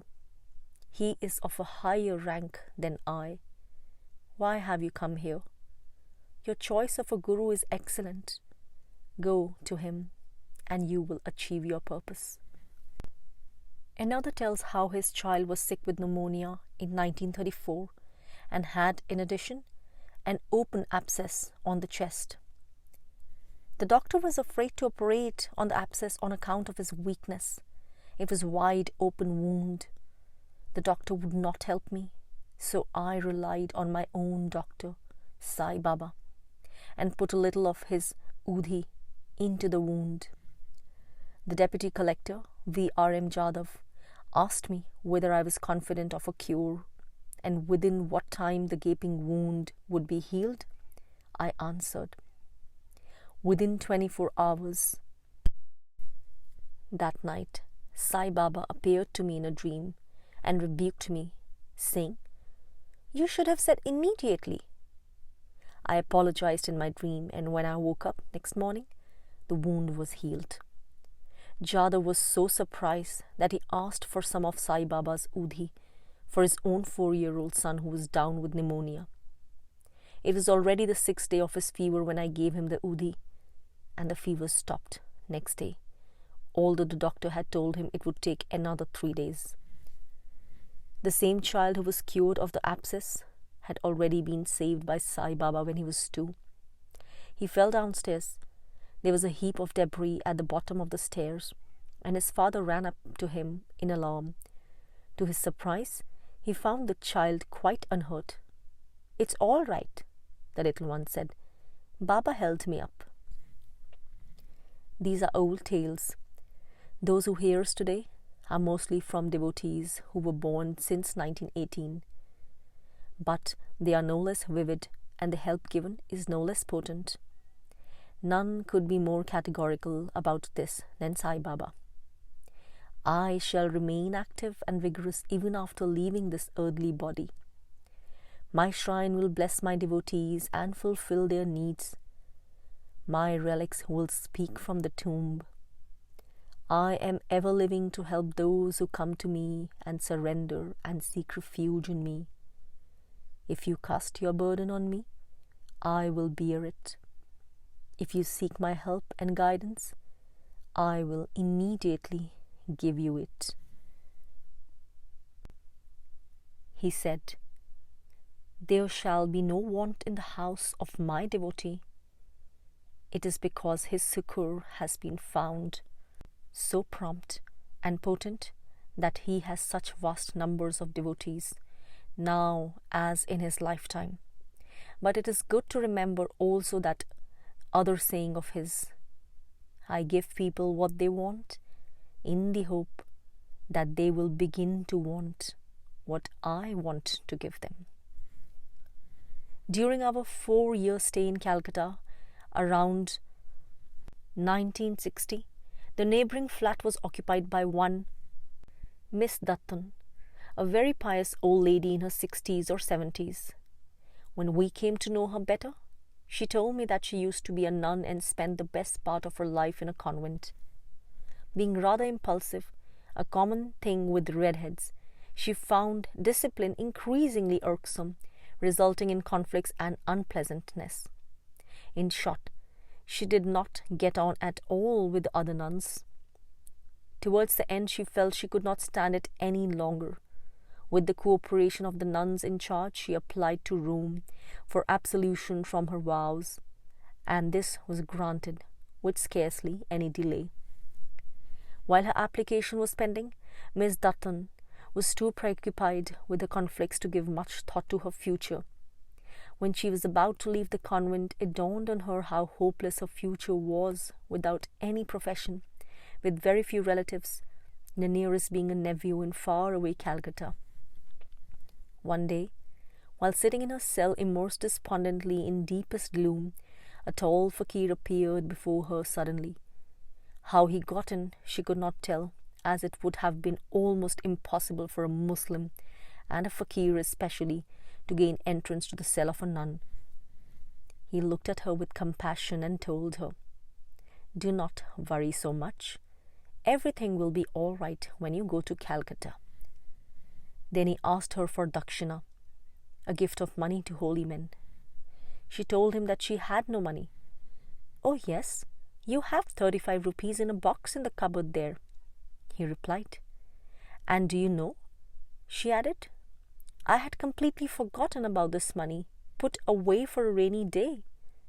She went to the cupboard to look, and there it was, but when she turned around with her gift, the fakir was gone. He just disappeared in the same way as he had come. She felt at peace. Now she also had enough money for her immediate expenses.